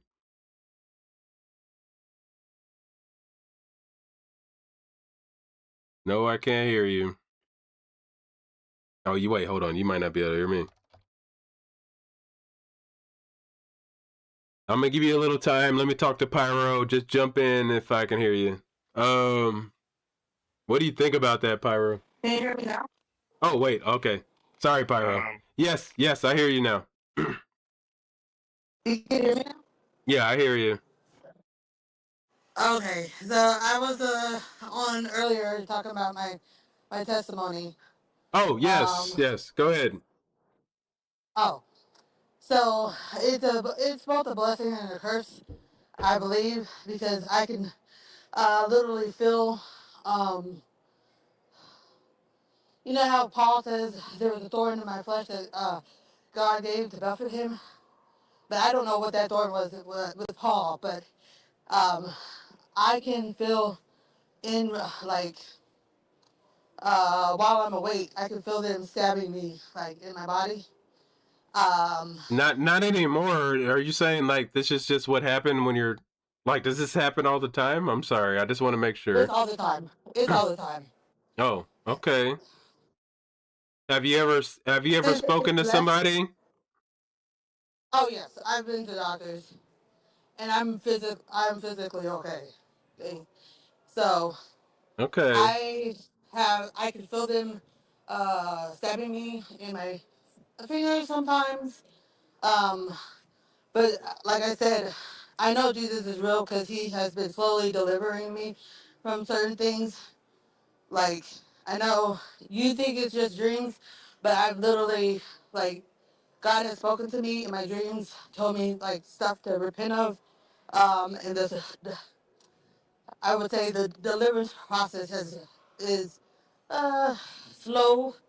Um, Hmm. because I used to be, I used to look at, and I'm not saying that everybody experiences this because I know people are going to say, oh, well, I looked at porn and nothing happened to me.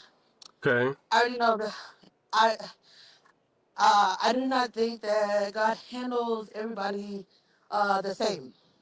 Okay. Um, so that is just my experience. So God's That like God's like a parent. Like as a parent, I handle my children in different ways. That's what you're saying, right?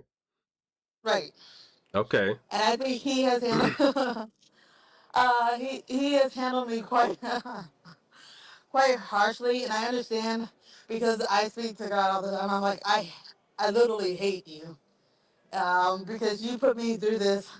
But I see it as I don't know, a blessing and a curse. Because I'm like, why are you allowing me to go through this? But you know, other people, When you say that they do the same thing, when you're and saying you you're speak not to doing that. God, do you hear something?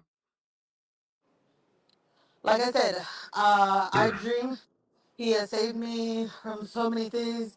Um, Okay. within my dreams, he has saved me from certain Okay. situations. No. I'm not I'm trying to be caring here, okay? Hmm. Cuz if you're saying you're going through stuff, I'm not someone that I'm not a doctor or anything. No, And what I I'm saying is, I I know that the doctors cannot help me. Like, I've been to Oh, doctors, okay. and like I said, I Jesus I Christ has been I just want slowly to be. delivering me. I know, but I just want to be fair to you, okay? Because I really am a caring person, Hmm. and I don't know if you're really going through something. I always suggest being able to talk to somebody, Hmm. and I don't like if you've done that. Like I would just continue to talk to somebody, but it. I believe what you're saying, right? Like I don't want to. I'm not messing with you here. Like I believe what you're saying. I just want to make sure that you're okay. and I'm fine. okay, I just want you to know. Like I don't. Um. Like so, are you saying that you audibly hear somebody?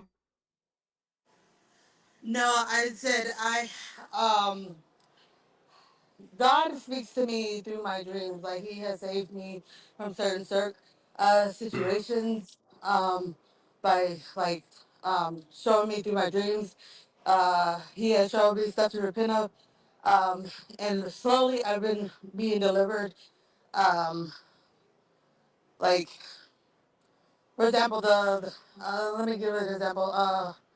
I used to like I told you earlier. I used to when I was awake, I could literally feel them uh, throwing water in my face Yeah. so that I could not breathe. Right. And he he delivered me from that. And I used to um, have dreams dreams of actual demons. You would say they're only dreams, but I was being raped every Don't night. don't worry about what I'm saying. I truly believe this. Regardless, Raped. Sorry, raped. everybody has their own experiences, right? So when I'm bringing up my experience, it does not mean that your experience is any less real or not real. The only thing I care about is making sure that you're okay. I'm And fine. okay, that's all I care about at the moment is making sure you're okay. If you say that Jesus has saved you from the things that you're going through, then I'm not really combating that, right? So, Hmm. because I think we can get relief in many different things. So I don't know if you're trying to talk about whether this is like real or not, because if it Oh, benefited you, I was just telling my testimony yeah, okay. of So what Jesus did in my life. if it benefited you, then okay, that's one subject. I didn't know if you are prepared to talk about if it's true or not, and if you're not, that's okay. Like, I'm ready. okay, so would you have evidence of why it would be true? Do I have evidence, physical evidence? How could you prove to me that it was real? Let me say it that way. Like right now, if I needed to, it like say I want to believe you, which is true, like believe you in the sense of like, How would I prove? How would yeah. I prove something that's supernatural? I'm asking Like you. you can't prove. I'm asking you. I'm asking you. You cannot prove the spirit realm. Okay, so you're being honest, which I appreciate. You're saying you can't prove the spirit realm. Do But I you mean, do? Jesus. I would say Jesus Christ has revealed the spirit realm to me. Yeah. Well, so why hasn't Jesus revealed it to me? How about that? I have. I do not know. Oh, that's I fair. have. I You're don't. being I honest. don't know. You're being I didn't honest. even want him to. I didn't even want him to reveal it to me. I'm like, yeah, you just like randomly choose somebody.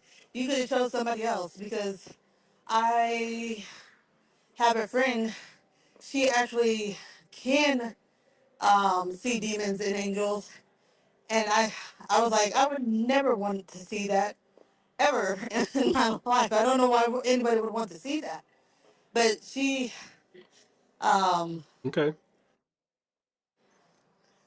but Uh, I do n- not know. I guess he just randomly picked people because, okay. yeah, Did you grow up in a Christian community or anything?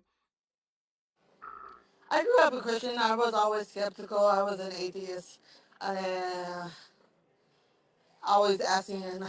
So I never believed it until I encountered it. Then I was like, oh yeah,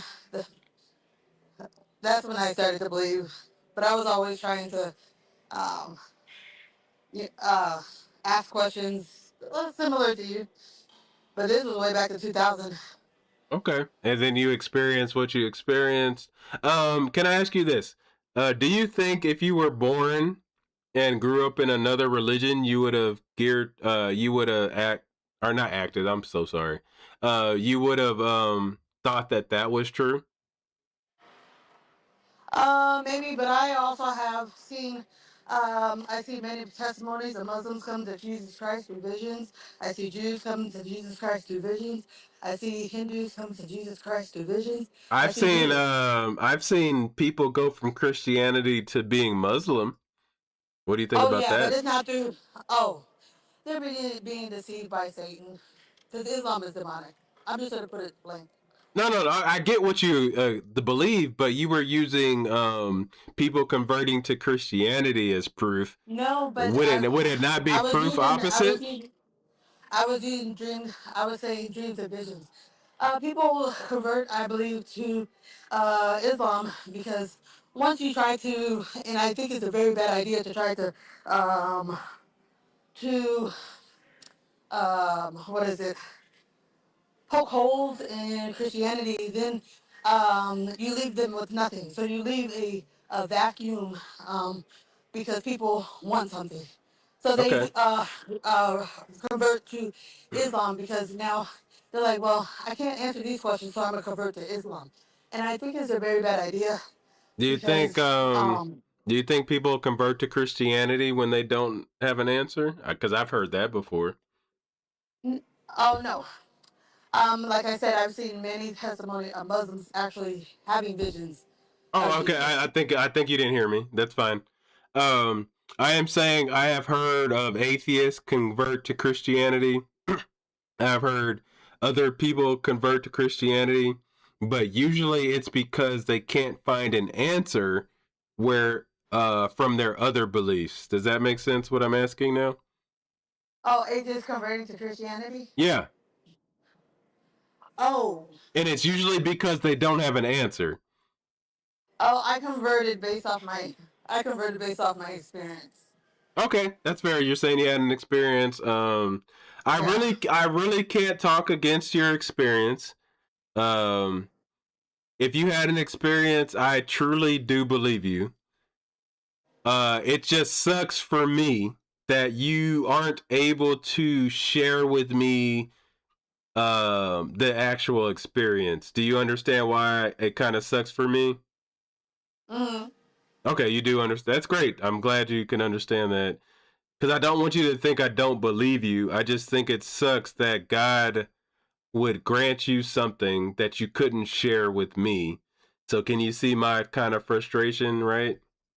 Mm-hmm. That's okay. You're being honest, and I appreciate that. It's So, really like, hard because what are we supposed to do with that, right? Because I'm it's really saying hard because I actually didn't choose this. I get it, but I'm saying like, why do you think God would do that? And Because are you sure you want to experience what I'm like I told you? if you might not have heard earlier, but I'm pretty crazy that I just want to know the truth. So if I had to go through something to know God is real, I think I would accept it. Okay. So I'm kind of jealous in a way. Let me be honest with you. You're Because saying I was you're being afflicted by demons, I get like it, but in the I am in the saying morning. that you seem to say that you have had proof of God and found God. I am wondering why somebody like me that asks for that proof all the time, literally daily, I don't get anything. Why do you think that is?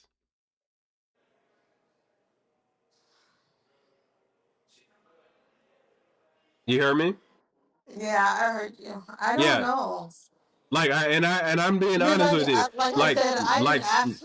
I did the not ask for this. right, but say I ask daily, right? I ask daily and I get nothing. You don't ask at all and you get it. Why do you think that's the case? Um, I don't. Yeah, something to think about, right? I just want to see if I just want to give you something to think about. That's all. I'm not really Even asking if for an I mean, exact even answer. if would you still want it uh if God is punishing you? That's what sucks for me, but I accept it. I even say that in my asking. It's like, God, it sucks that every time you show yourself, it has to be mean.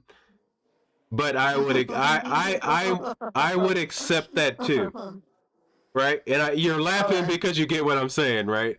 Like, I think it sucks that every time God shows himself, it has to be some asshole type of move. But I would accept that, right? Mm-hmm. So it's just like, no, I really truly am seeking. I haven't saw anything. I've asked, even when I don't know if you know this, I really did used to believe, and I used to beg for these same things when I believed, and I never saw anything. And but that's about it. There's going to be one more question from Pyro here, and then you will be our last call. So I wanted to make sure you got in because you've been trying to I talk don't for a know if they minute. would just say you keep seeking. Okay. So one second, I'm gonna let Pyro ask you a question, and then that'll be it. Okay. All right. Mm-hmm. Go ahead, Pyro. Hey, I was just wondering about the nature of like how do you know that you yourself aren't being tricked by some demonic demon?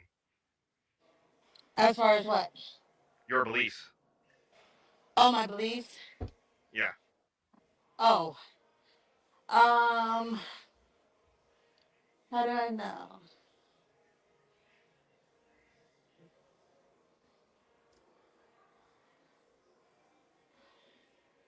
I'm trying to because I believe Jesus Christ revealed fulfilled prophecy. Sure, but that doesn't give me a method because a demon could have just told you that and it could be a lie.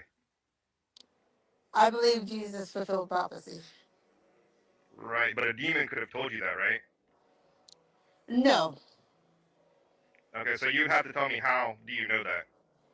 Oh, I'm 100% sure of my belief. So, because Jesus is the only way, and Well, He said in the last day, many antichrists shall arise, and it's very much exhibited in I guess in in I would say, let me, how do I say it nice?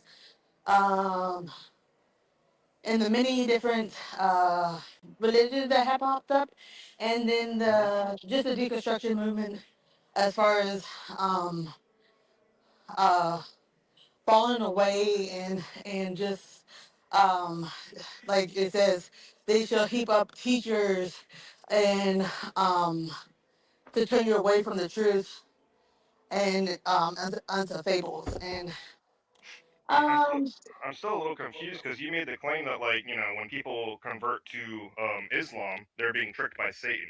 Did you say that, or did I just mishear?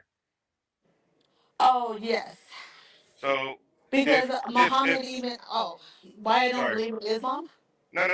is If that it's what you possible that somebody can be 100% certain in their belief, like Islam, right, and they're tricked by a demon like Satan, to be logically consistent, you have to say that's also possible for yourself.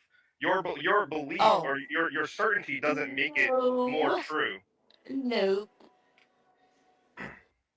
Okay, go ahead. Muhammad in his hadiths, because I study Islam too, said he thought he was possessed by a demon. So all these religions that have popped up after Jesus Christ um, are all antichrist. Mormonism and what? Dang it, Islam. Definitely Um, not Mormonism. They're Latter oh, Day Saints, they're not. Church of I'm Jesus sorry, Christ. but yeah, they're not Christian. I'm sorry. Well, that's just your opinion, right? They're not. Well, that's a new true Scotsman fallacy. You're basically saying like they're not really a Christian, but your No. opinion on what makes a Christian is Joseph Smith irrelevant. was Joseph Smith was a false prophet like Muhammad. Well, again, a demon could have tricked you. Are you more powerful than a demon? No. So you could be wrong you could be like deluded No, by a I'm demon. not wrong. I'm not wrong. I'm Jesus not saying Christ. you are. I'm saying you could be. Oh, nope. So how do you know? How do I know? Because I know 100% that I'm not wrong. But does your certainty in your belief make it more true? No, I'm Right. certain. All right, hold on, because We're we're just gonna saying go round and like round. no, I'm certain. you're right. We're gonna go round and round, but I want you to realize something, which is what Pyro's point is. If we tell you we are 100% right, what do you say? Oh, what did you say? Yeah, like we're saying you're 100. We're not really saying that, but if we said we know 100% that you're wrong, what would you require of us? Oh, Evidence, right? I guess I'm just giving my testimony. Yeah, but Of like no, but I'm saying like if we're telling you what no, Jesus you're did for like me. yeah, but saying you like say me and him are No. telling you like, hey, you're 100% wrong, and I know it for sure. What would your next question be? Oh, I guess to prove it. Yeah, there you go, there you go. So all we're saying is, can you prove it? And I'm going to be honest, I can't prove it, but Jesus Christ has provided me the certainty, and He has Okay, provided me deliverance. Well, okay. And I can just go based off of what Jesus did for me. Okay. Okay. I'll But my let point Pyro is that- answer, and I'll let Pyro answer. I'm okay with hold on? Are you saying that you know for sure you can't prove what you believe is true, right? I said I cannot prove supernatural. Okay. All right. Go ahead, Pyro. That's fine. Yeah, to me, I just don't think it's intellectually honest to claim that a Muslim is wrong because they're being tricked by a demon. Yes, it's because impossible. Muhammad in his Stop. hadith I'm not done. you didn't. Yeah. I'm not done. Let him finish real fast. Yeah. Okay. Yeah, it's not intellectually honest to say that a Muslim is being tricked by a demon like Satan, but it's impossible for you to also have been tricked by a demon. Oh no. I've looked at very many Muslim testimonies of them seeing Jesus. I even saw one testimony of a Muslim. She was crying out to Allah, and she said a demon came in her room, and Jesus Christ came and saved her. Okay, those are just anecdotal, but I'm talking about the epistemic access, right? You're saying that some people have a belief that is created by the trick of a demon, like Satan, right? And but somehow you're exempt from that. You just can't be tricked by a demon, even though you admit you're not more powerful than a demon, but somehow you just can't be tricked. To me, that's special pleading. You're giving yourself an exemption, but saying that everybody else is tricked. That's not honest. Well, Jesus Christ, he said, whoever denies that Jesus is the Son of God is Antichrist. Right, and that could be a trick by a demon. Whoever denies that Jesus is the Christ is Antichrist. And that could be a trick by a demon. Nope. How do you know? Because I know God has given me that certainty. So I could say, my God has given me my certainty that you're wrong. Does that mean I'm right? No. Why not? You're just making stuff up now. Oh. You're just making stuff up Oh. now. Yeah, I think you just got it. You just got it. No, because you're Yeah. just making stuff up to win Yeah, the I think you're argument. making stuff up too. No, I'm not making stuff Hold up. on. When I say That's, I literally hold have on. those Yeah, demons. hold on, sweetie. Hold on. Sorry. Sorry. I don't mean to call you sweetie. I apologize. Hold on. Because what he's saying makes sense to me. Is that he's saying that what he believes is what he believes. You are saying what you believe is what you believe. I am sitting here in between, like, wait, who do I believe? Right? But you guys are both giving me the same evidence. He is saying, I know this is true because so and so. You are saying, he has not even had that experience. He just said, what if? His is a what if. I could say, my God, right? He revealed to me. You're just saying, what if? Hold on. My God has revealed to me that you are wrong, and you're being tricked by a demon. Yep. No. How do you all right, hold on. I think you'll get it better this way. If Pyro was a Muslim, but if Pyro was a Muslim, he would say what he's saying, right? So, and a Muslim would believe it just as much as you. So how can I know who is right? How can I'm in between right now. I just want to know the truth. And I got Pyro the Muslim telling me his story is true. I got you telling me, what should I call you, by the way? What's your name? So I apologize. Latia. Athea? Latia, beautiful. Okay. So if you tell me that Christ is the truth, how can I know who is telling me the truth? Oh, how can you? Yeah, me, I don't know right now. But I got a Muslim telling me that Muhammad is telling me the truth, and I got you telling me that Christ is the truth. How do I know? Well, I would point you to the Bible and to the verse that says that Jesus Christ said he's the way, the truth, and the life, and that he is the only way, and that anyone that denies he's the Son of God is Antichrist. Yeah. Then I would also point you to Muhammad's sources where he said he thought he was demon possessed. And that, I like the second part. I don't like the first part as much because Muhammad would tell me the same thing you said, that it came from God. I don't know. No. Yeah. Because like even in the Quran, there's verses that says stuff like Indeed, whoever denies Allah, his angels, his books, his messengers on the last day has clearly gone far astray. So I could just say that about you, and we're even in terms of our evidence. Whoever denies, they deny the Bible. So what are you talking about? I'm saying that's from the Quran. Oh, the Quran is demonic. Again, how do you know that? I can say the Bible is demonic. The Quran is demonic. But that's not evidence. That's an assertion. I'm sorry. The Quran is demonic.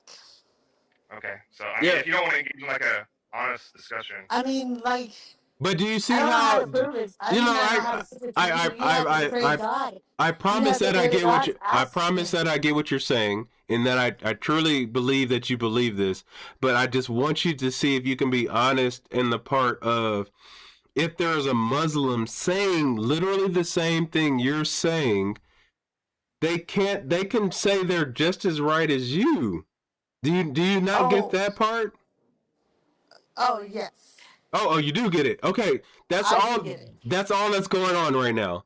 Is there's a critique going on, and and we're saying we are two people trying to find out the truth.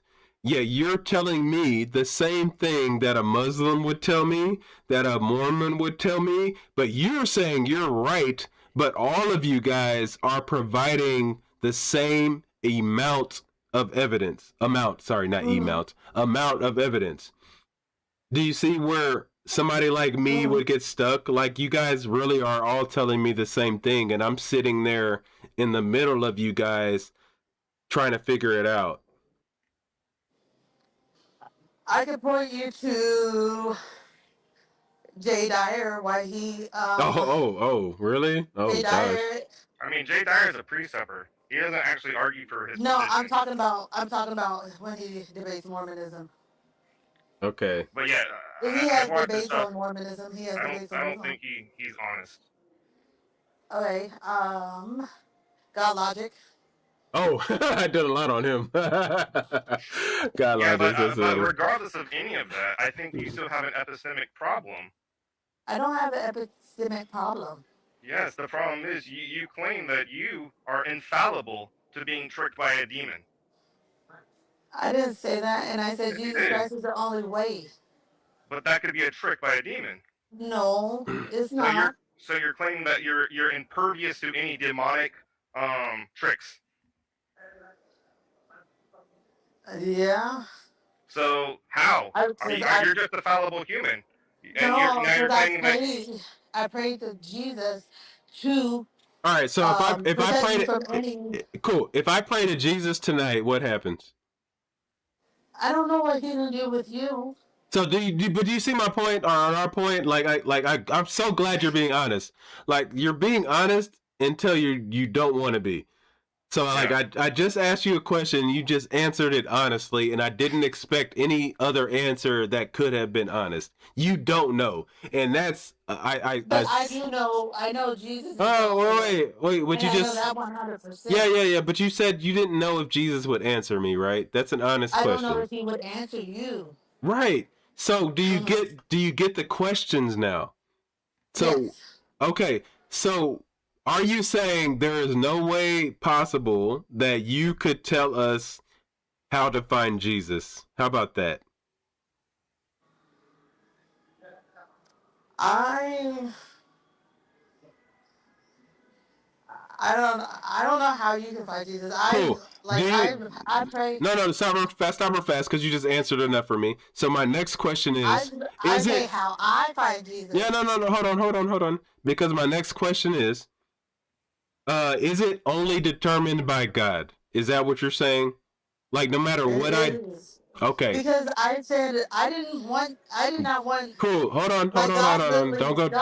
Afflicted me. Yeah. Don't go too far. And I didn't even want. Okay. That. Okay. But don't go too far. And that's why I was saying. Okay. Hold on. So, because you're like I said, I really appreciate the honesty.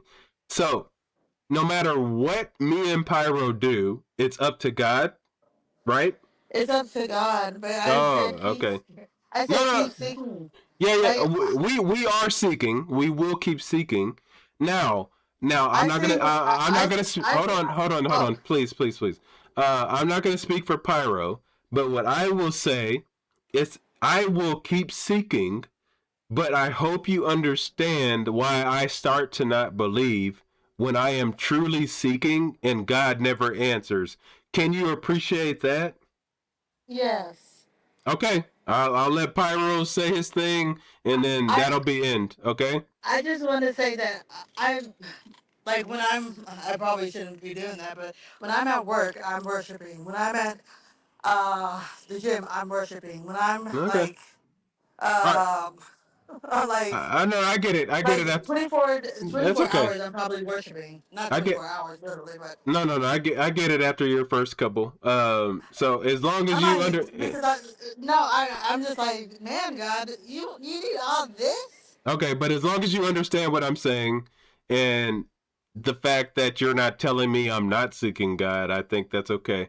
I'm speaking for myself, and then I'll let Pyro speak for himself, and then I do appreciate you calling, okay? And then that'll be It the was end. nice talking to you. I hope so, and you can always Yeah, call same. back. Go ahead, Pyro. Yeah, same. I mean, I feel like I already said my piece, but again, I don't think it's honest for anybody to say that, oh look, all these other people, they can be tricked by demons, but I can't. Oh. Are you also not a person like they are?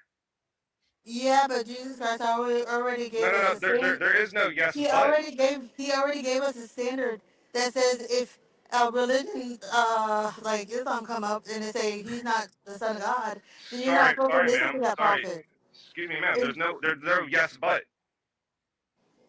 there is yes, but There's no yes, but. You either agree with me or you do not. oh, I don't. Okay, so Because Jesus has protected me from any what you're deception. saying again is not logically consistent. You're saying all these other people, well, they're susceptible to demonic trickery, but I'm not. Mhm. And I Because don't see how you can say that. Jesus has protected me from any satanic deception. All right, How do you know that isn't itself a deception? Oh, because Jesus is the truth. All right. He says he's the truth. Okay, And I think All right, that's that's all good. I have to say. I'm just saying, I feel like Anybody Satan watching has this in the future will understand exactly what I'm talking about. All right, cool. And I'm saying Satan just has deceived so many people. yeah. Like, That's cool. and 'Cause even getting you to just like, all right, hold on. which one is right and wrong, or which one is just confusion. All right. I'm just gonna like just mute for a second because we're just going in circles, so that's fine. And I'm glad you said what I was about to say, which is I hope this is why I do these discussions, is that I think everyone needs to hear themselves talk. So, please, this will be recorded and it will be on like literally in like 30 minutes or an hour or tomorrow. Please go back and just listen to this conversation. Okay? And then I want you. No, hold on, please. And then I want you to call back again. We're going to be live on Mondays, Tuesdays, and Fridays. I will make sure that you come to the front of the line if you really go back and watch this and just listen to my questions, listen to Pyro's questions, listen to your answers, and then just come back. Like, write down your responses. Don't respond now, please. Like, because you can't respond in the way I hope you can respond later on. So just go back and really listen to this, and I really hope to hear from you again. And then I hope like you come back with some notes and then recall this conversation, okay? Okay, I had a real question. Yeah, you can ask a question. Go ahead. Yeah. You said you were willing to put your life on the line for Jesus, but that's not true because if you were, you would have stuck with him because Nigerian Christians over there, they're getting beheaded and they don't. I didn't have an I'll be honest, I didn't have that opportunity, and I don't like to call it an opportunity. By the way, I think it's horrible. I'm sorry, but you gave into the slightest no. You Well, already left yeah. so Wait. Hold on. Yeah, I think how do you think I you're don't. going to handle beheading? All right, hold on. I'm gonna mute real fast, okay? Because I think that's unfair, and I don't want our conversation to end that way. Because I think you were being honest, and me and you can have a conversation, and I will be as honest with you. I will just be honest. I'm not going to say as honest. I will be honest with you with my story.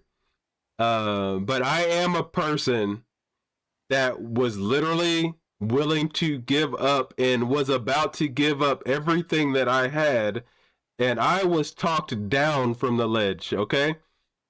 Like people had to keep me from jumping off of the roof to find out if God is real.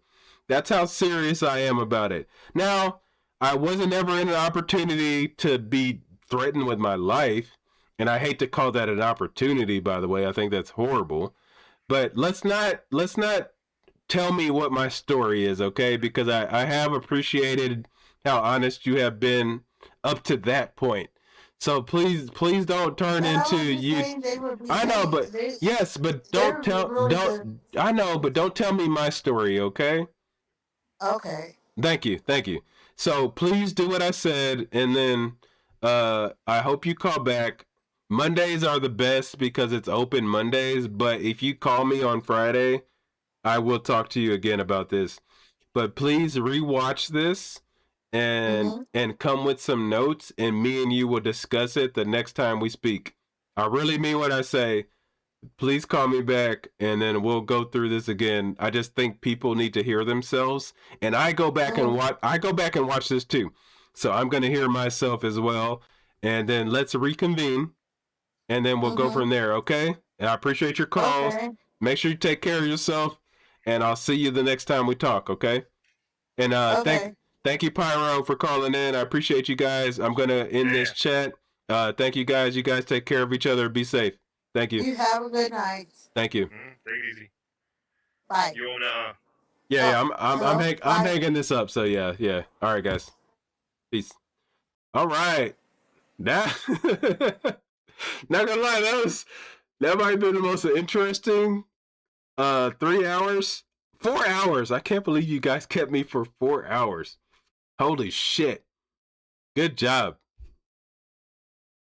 Good job. I've never been on here for 4 hours.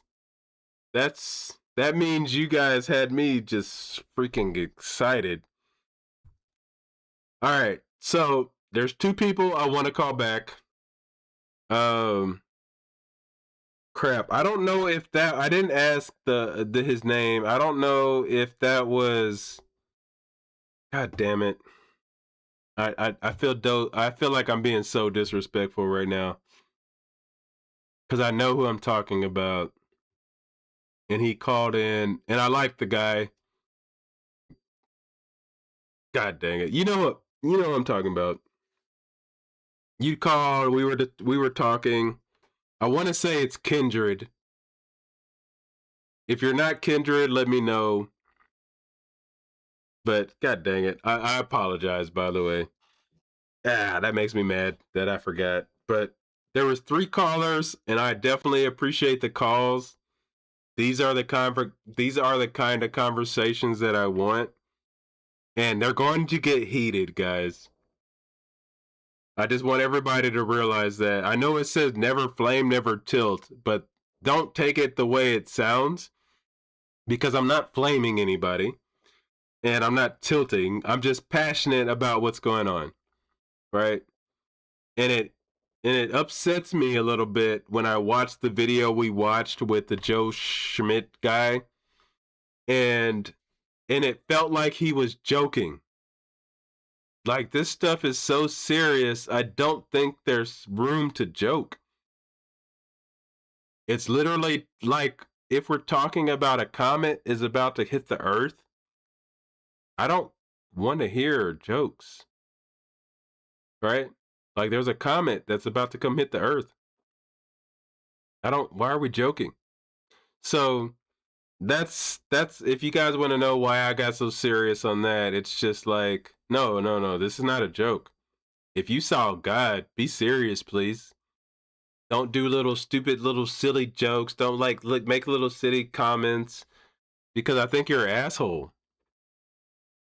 It's gonna be real.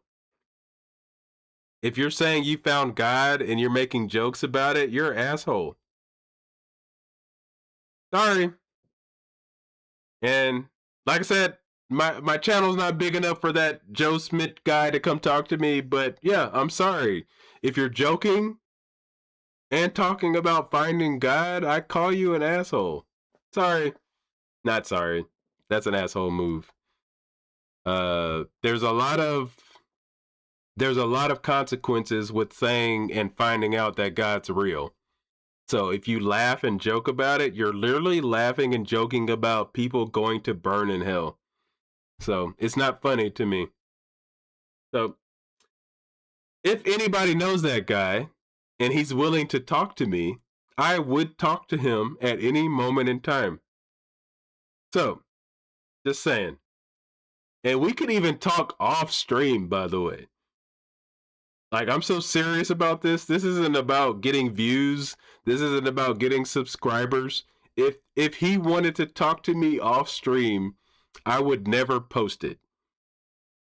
That's how serious I am about this shit. It has nothing to do with views. I don't think what he did was right. And I'll say that. And like I said, I'll talk to him off stream. So, if anybody knows Mr. Joe Schmid or whatever, have him hit me up. And like I said, we don't have to talk on stream at all. Like, fuck it. Like, we don't got that. Like they say, screw it. I'll talk to him off stream. All right, guys. I really appreciate all the calls. I really appreciate everybody chiming in. This was really one of our most interactive streams. I appreciate it. This does mean I will not have a video for you guys tomorrow. It's gonna be real with you guys.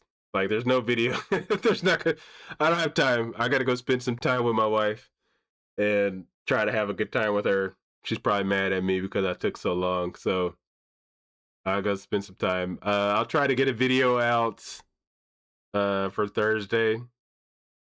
And I think this video is good enough for everybody to go rewatch, by the way. So just go rewatch this video, and I'll try to get something for you guys Thursday. But I got to go to work tomorrow, too. So I'm going to go try to hang out with my wife and eat. I haven't eaten yet. So, all right, guys. I'm sitting here rambling because I'm tired. As always, I'm Jay. Don't forget to throw away your feelings, open your minds, and question your beliefs. Thank you so much, guys. Good night. Peace.